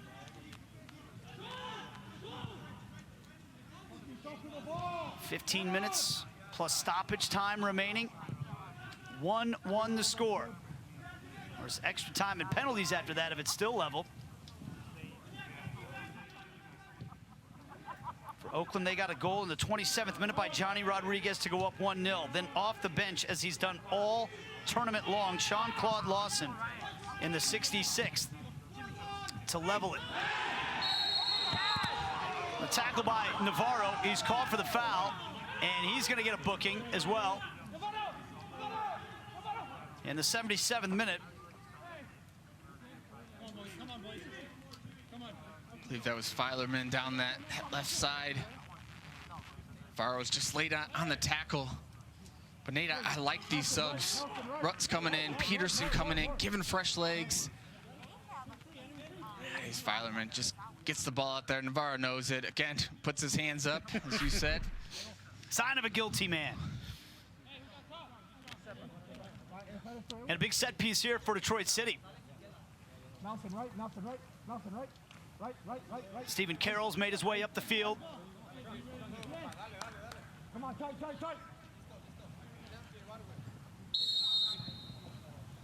Sadie to take it. Away by Rodriguez. Filerman dumps it back in. Peels for a handball. Boy, everybody for Detroit City was calling for a handball as well. Ref had a good look at it and said play on. Filerman. Chested down by Kafari and gathered up by the goalkeeper. Herrera sends it down the field. Tell you what, Nate, I'm sure we'll get a look at that, but I thought it was a handball as well. It's right there with the Detroit City players. Fondy fouled. All right, let's have another look. So a bounce off his leg and then up off his arm, it looked like. What do you say? Yeah, to me, that's a handball. He doesn't deal with the ball well. I mean, I don't think he means to, but I mean, Nate, we've had this conversation a bunch of times. Interpretation of the rule, it's just, it's so hard to know, is their intent, what, you can't get into some defender's mind and know exactly what they're doing there. But for me, if it hits your arm like that, that's a handball, and that should be a penalty to me. I think that they just need to simplify this rule and make it, if it hits your arm, especially like that, it wasn't like his arm was tucked in close to his body. His arm was up there. For me, if I'm the referee, I give that a penalty every time. Jack McInerney has come into the game for Oakland. That substitution presented by Gig Carshare. And now look out for the strike trio of Rodriguez, Fondy, and McInerney, who's got double-digit goals for Oakland. I said maybe the biggest resume of any player in this competition coming in. Now he's going to try to give Oakland some scoring punch. And here's Rodriguez. Off Kafari. It falls to Harish.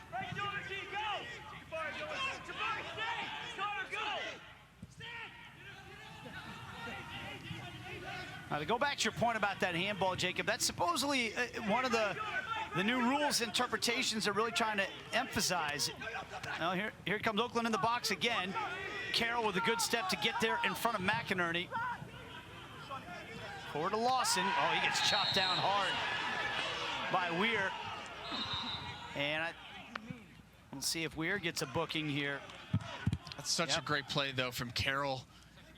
Reading the eyes of the Oakland Roots player, anticipating that.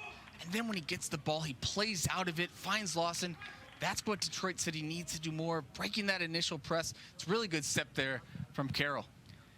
Weir booked in the 80th minute. He wanted to make sure that Lawson did not have a shot at a breakaway, and make sure of it he did. He got every bit of his money's worth out of that yellow card. But yeah, that handball, Jacob, it's supposed to be that way now. If the hand's away from the body, they say it's not supposed to matter. And some people are arguing about that sometimes defensive players are getting penalized unfairly because they're sometimes getting called for handballs that they know nothing about. They have, there's nothing they could do to avoid it.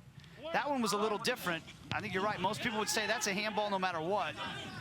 But it went uncalled. So on we go, still level at 1-1.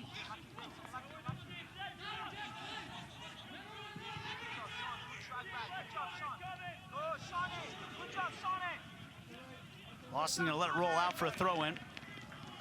It's great work, though, from Lawson. A forward coming in. Obviously, he's the best goal scorer on the team, but he's still tracking back there. Yes, he's got some fresher legs, but it's that type of work again that, to me, that means so much. You see one of your teammates coming on, your leading goal scorer, and he's still putting in that work defensively. When I'm out there on the field, I see a player do that, it gives me a little bit of a lift. I'm sure that did that to a lot of his teammates out there as well. But it's just great to see a goal scorer, big-time goal scorer, putting in the work for the team. Big sliding tackle that time to knock it all the way out for a throw-in. Here are the rules in case we end up level after 90 minutes. There will be 2 15-minute periods of extra time. There is no golden goal, so no matter what, they'll play all 30 minutes. And then if it's still tied, the dreaded penalties. Just what all these players wanted right after 2 days rest. Tough final so far, and then going into 30 more minutes. McInerney thought he was fouled that time by Kapazuki. Referee says play on. Well, there's a tough sliding tackle by Kapazuki as well. And he won the ball. Goalkeeper handles this cross in. Herrera now drives it down the field right away.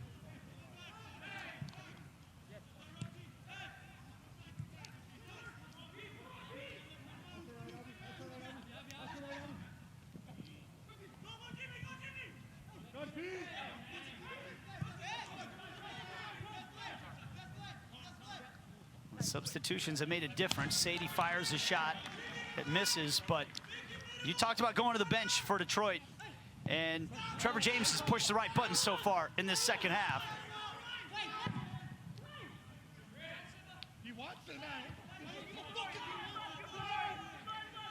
Fondy setting it forward to McInerney. Working against Carroll. Blanco. McInerney was offside. He had just tried to get back onside, but if Blanco maybe holds on to that for another second, he gives McInerney a chance.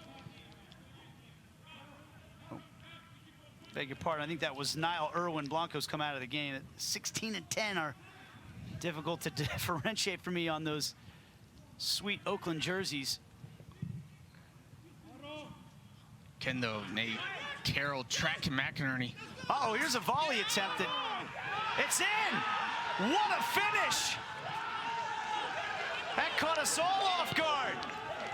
And Detroit City have taken the lead.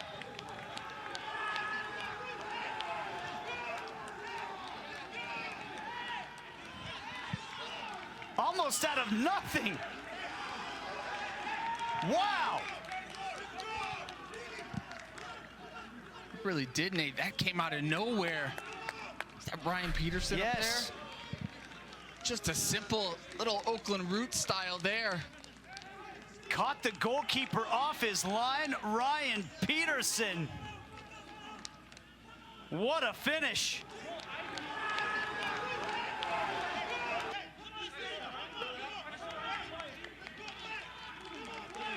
Tell you what, Nate, we've seen Herrera in other games where he's so aggressive to come off his line. And Peterson with really, like you said, Nate, it really came out of nowhere. Couldn't really tell if it went in, and it's just an excellent finish, though, there. Seeing it on the replay.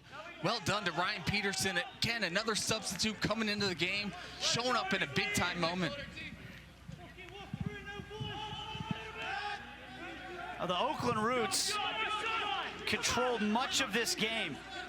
They led 1-0 at half. They seem to have Detroit City pinned in for much of this second half. But Trevor James goes to his bench with two attacking players, Jean-Claude Lawson and Ryan Peterson. Both have delivered fantastic goals here in the second half, and they might have just delivered Detroit City a championship trophy. Ryan Peterson, too, he makes this look so easy. I think that's what caught us off guard. It was just so nonchalant, but it was a perfect finish there over Herrera, who's a big goalkeeper. He had to make sure that he got that one right.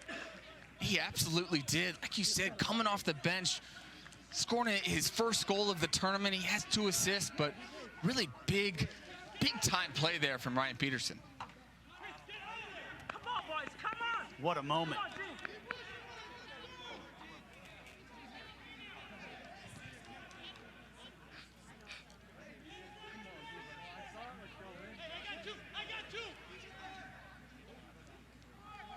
This Detroit City team opened up this tournament with a 2-0 loss to the Michigan Stars, and they have battled their way back through everything.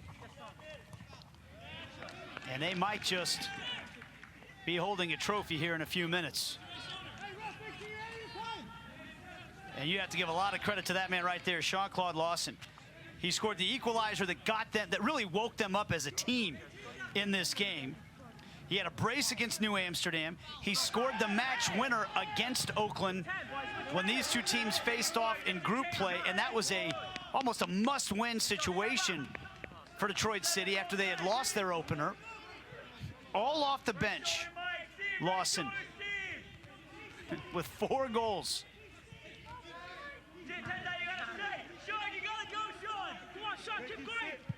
Do the Roots still have something to say about this, though?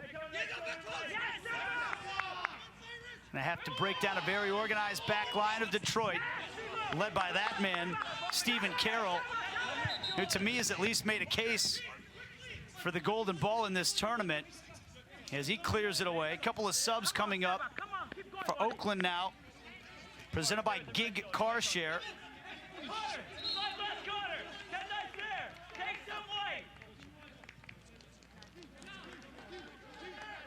Angel Heredia, who scored a heck of a goal in the semifinals into the game, replacing Taran Weir. Fondi tries to bring it down. Here is Heredia.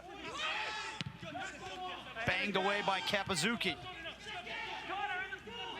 If you're Oakland, you might as well get all of your attacking players out there. Try to get the ball forward. So you're right, Nate. They really have played well for the majority of this game and really just all gone wrong for them here in the past 20 minutes.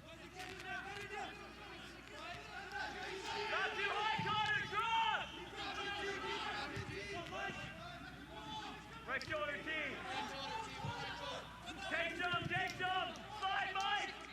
Desperate times for the Oakland Roots. Harish making a run. Stabbed away.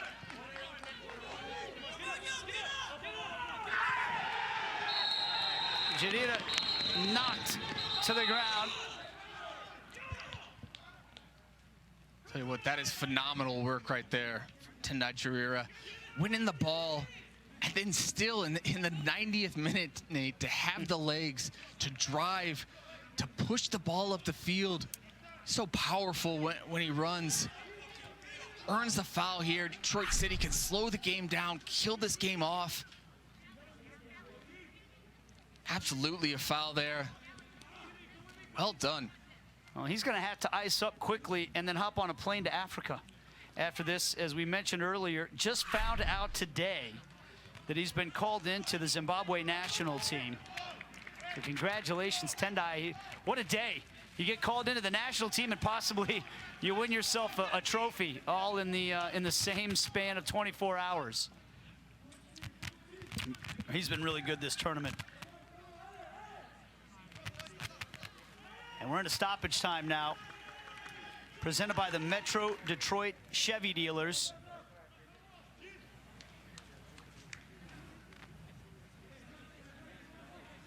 Not sure how much stoppage time just yet, as Cyrus Sadie is going to be subbed off.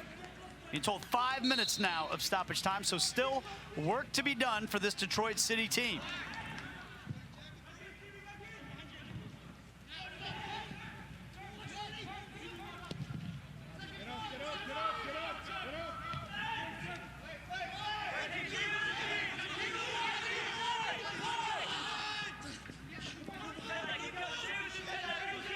Casillas twisting and turning, looking for some space to try to serve in across.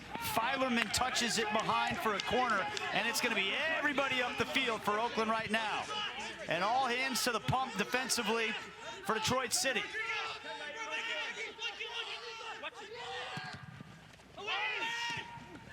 It falls to McInerney, and it's off the bar. Detroit City, by the skin of their teeth, have held on to lead still 2-1 here in extra time. You've got to be kidding me here, Nate. How did this one not go in? Falls to McInerney.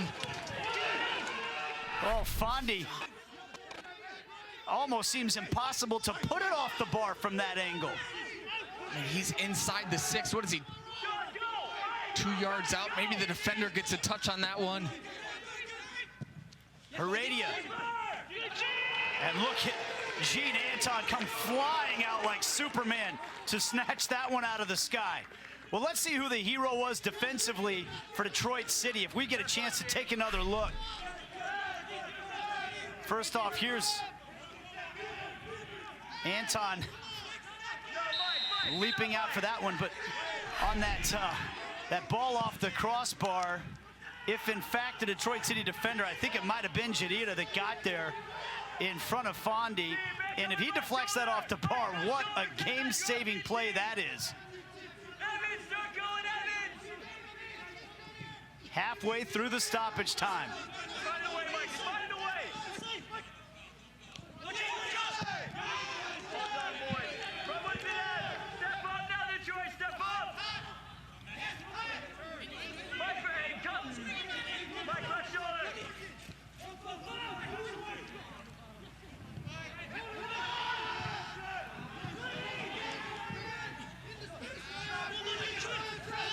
Fondy giving chase. Kafari goes to ground. Foul against Fondy. It's 2 plays in a row there from Kafari. Great defending, great recovery, gets position there. Okay, here's that near miss for Oakland again, and let's see. Fondy.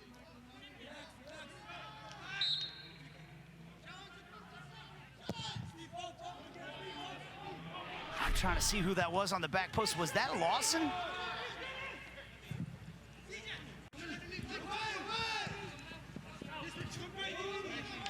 I don't know, whoever it was, Nate, it was a phenomenal play there.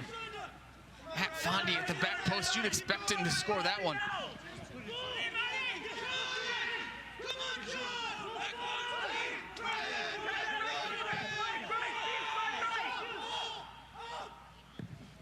Heredia chips it in.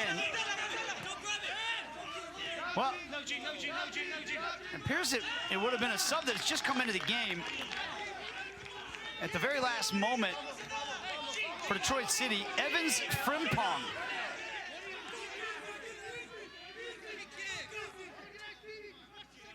He has only been a very late sub for Trevor James in each of these games.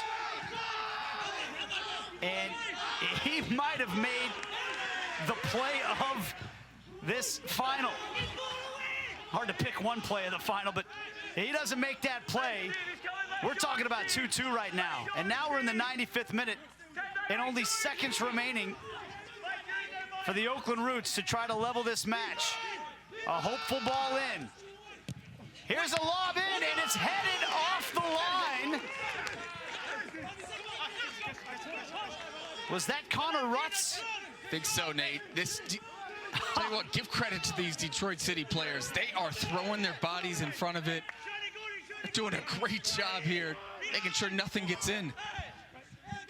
This might be the last opportunity for Oakland. Corner kick in. Goalkeeper's up. He heads it to the back post. It's flicked out for yet another corner. Christian Herrera, the goalkeeper, is up. Last chance saloon for Oakland. Turn behind for yet another corner by Lawson. Here it comes again. It falls to Heredia. He lobs it in. It's blocked. Back across the box it goes. And there is the final whistle. Detroit City is championship city. Come from behind fashion.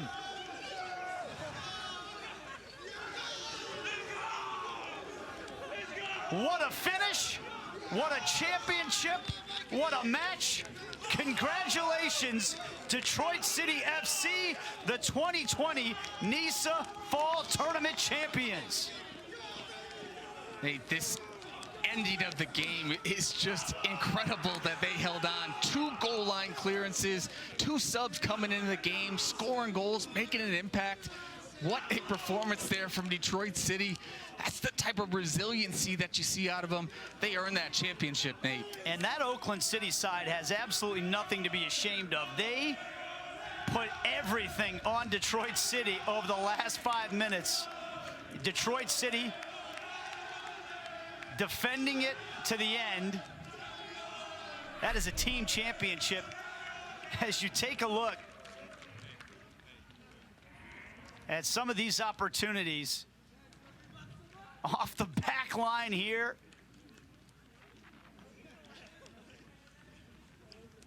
That would have leveled the match in the 96th minute. We talked about Frimpong's defensive play, and our golden ball winner is going to be that man, Stephen Carroll. Played every minute for Detroit City in this one, and it was as much about that defensive work that they did in the end as it was what they did on the opposite end. He's going to have knee surgery as soon as his season's over, but he gutted his way through it, led that back line, Jacob, and they have won a trophy. It's crazy, Nate, you said it there, but the fact that he played this well and he needs to have surgery on his knee, playing on this turf, that many games in such a short period of time, he was put in a great performance here this whole tournament. The trophy presentation is next. Final score, Oakland Roots 1, Detroit City FC 2. They are the NISA Fall Championship Tournament winners.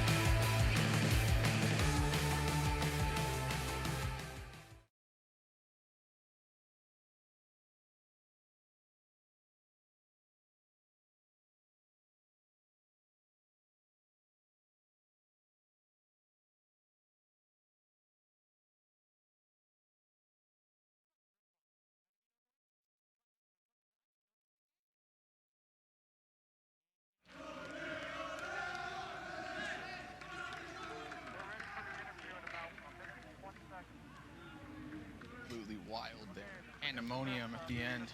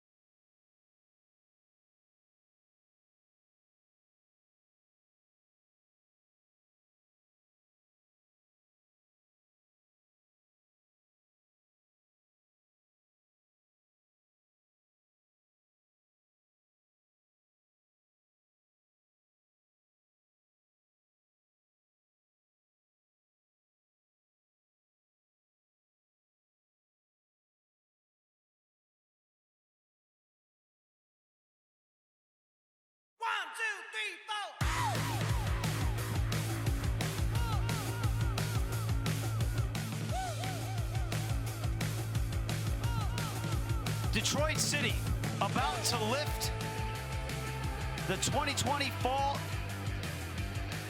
Tournament Championship Cup. And the golden ball has caught Stephen Carroll off guard. He's surprised by the moment. The native of Cork, Ireland, who gutted his way through this entire tournament, and he looks overcome as Detroit City now will lift the cup.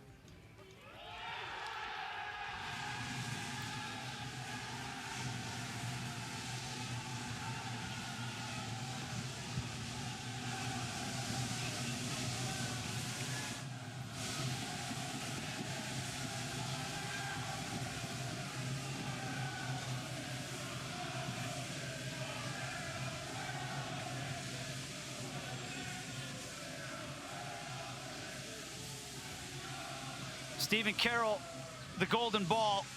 Sean Lawson, the golden boot. And now every player is going to take his turn. And meanwhile, on the flip side, Matt Fondy was inches away from equalizing this game. What a tournament he had.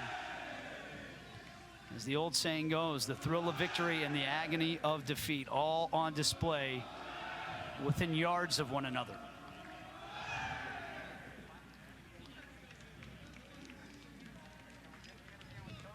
Michael Kafari holding that trophy now. He was incredible through the course of this tournament as well. That was really a team championship for Detroit City. So many players contributing, especially in the final minutes there, as we take a look at the final stats presented by the Metro Detroit Chevy dealers. Oakland with 16 shots, 12 of them on goal, and it seemed like half of those came in the last 5 minutes. Detroit City, everybody was involved defensively there to hold on to that 2-1 lead. Nate, you said it perfect there. That's a team victory for that Detroit City side. In a game where they didn't play their best, they didn't play like we've seen them play in this tournament. The sign of a great team is a team that when you're not at your best, you can still grind out results. And right here, they did that in the most important game. Credit to Detroit City for getting those 2 late goals and hanging on in the end. We will wrap things up right after this. Detroit City are your Fall Championship Tournament winners.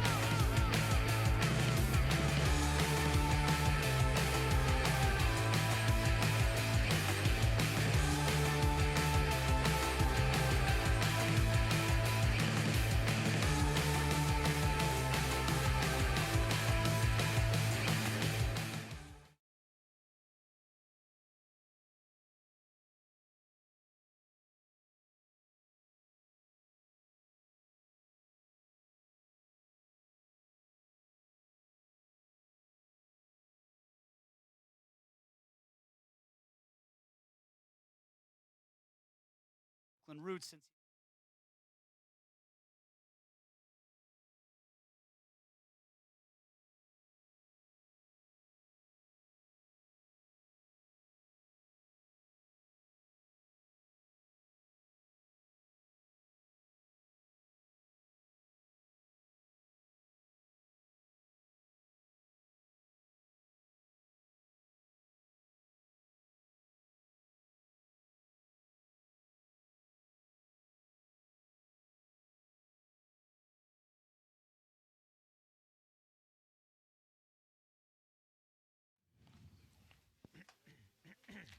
Evans Frimpong.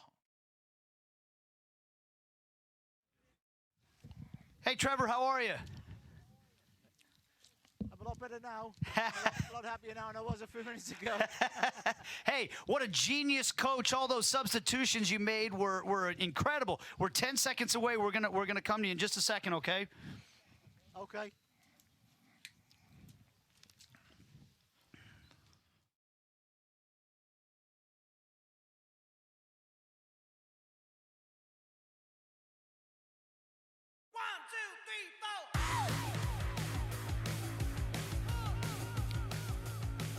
Why not a snow angel?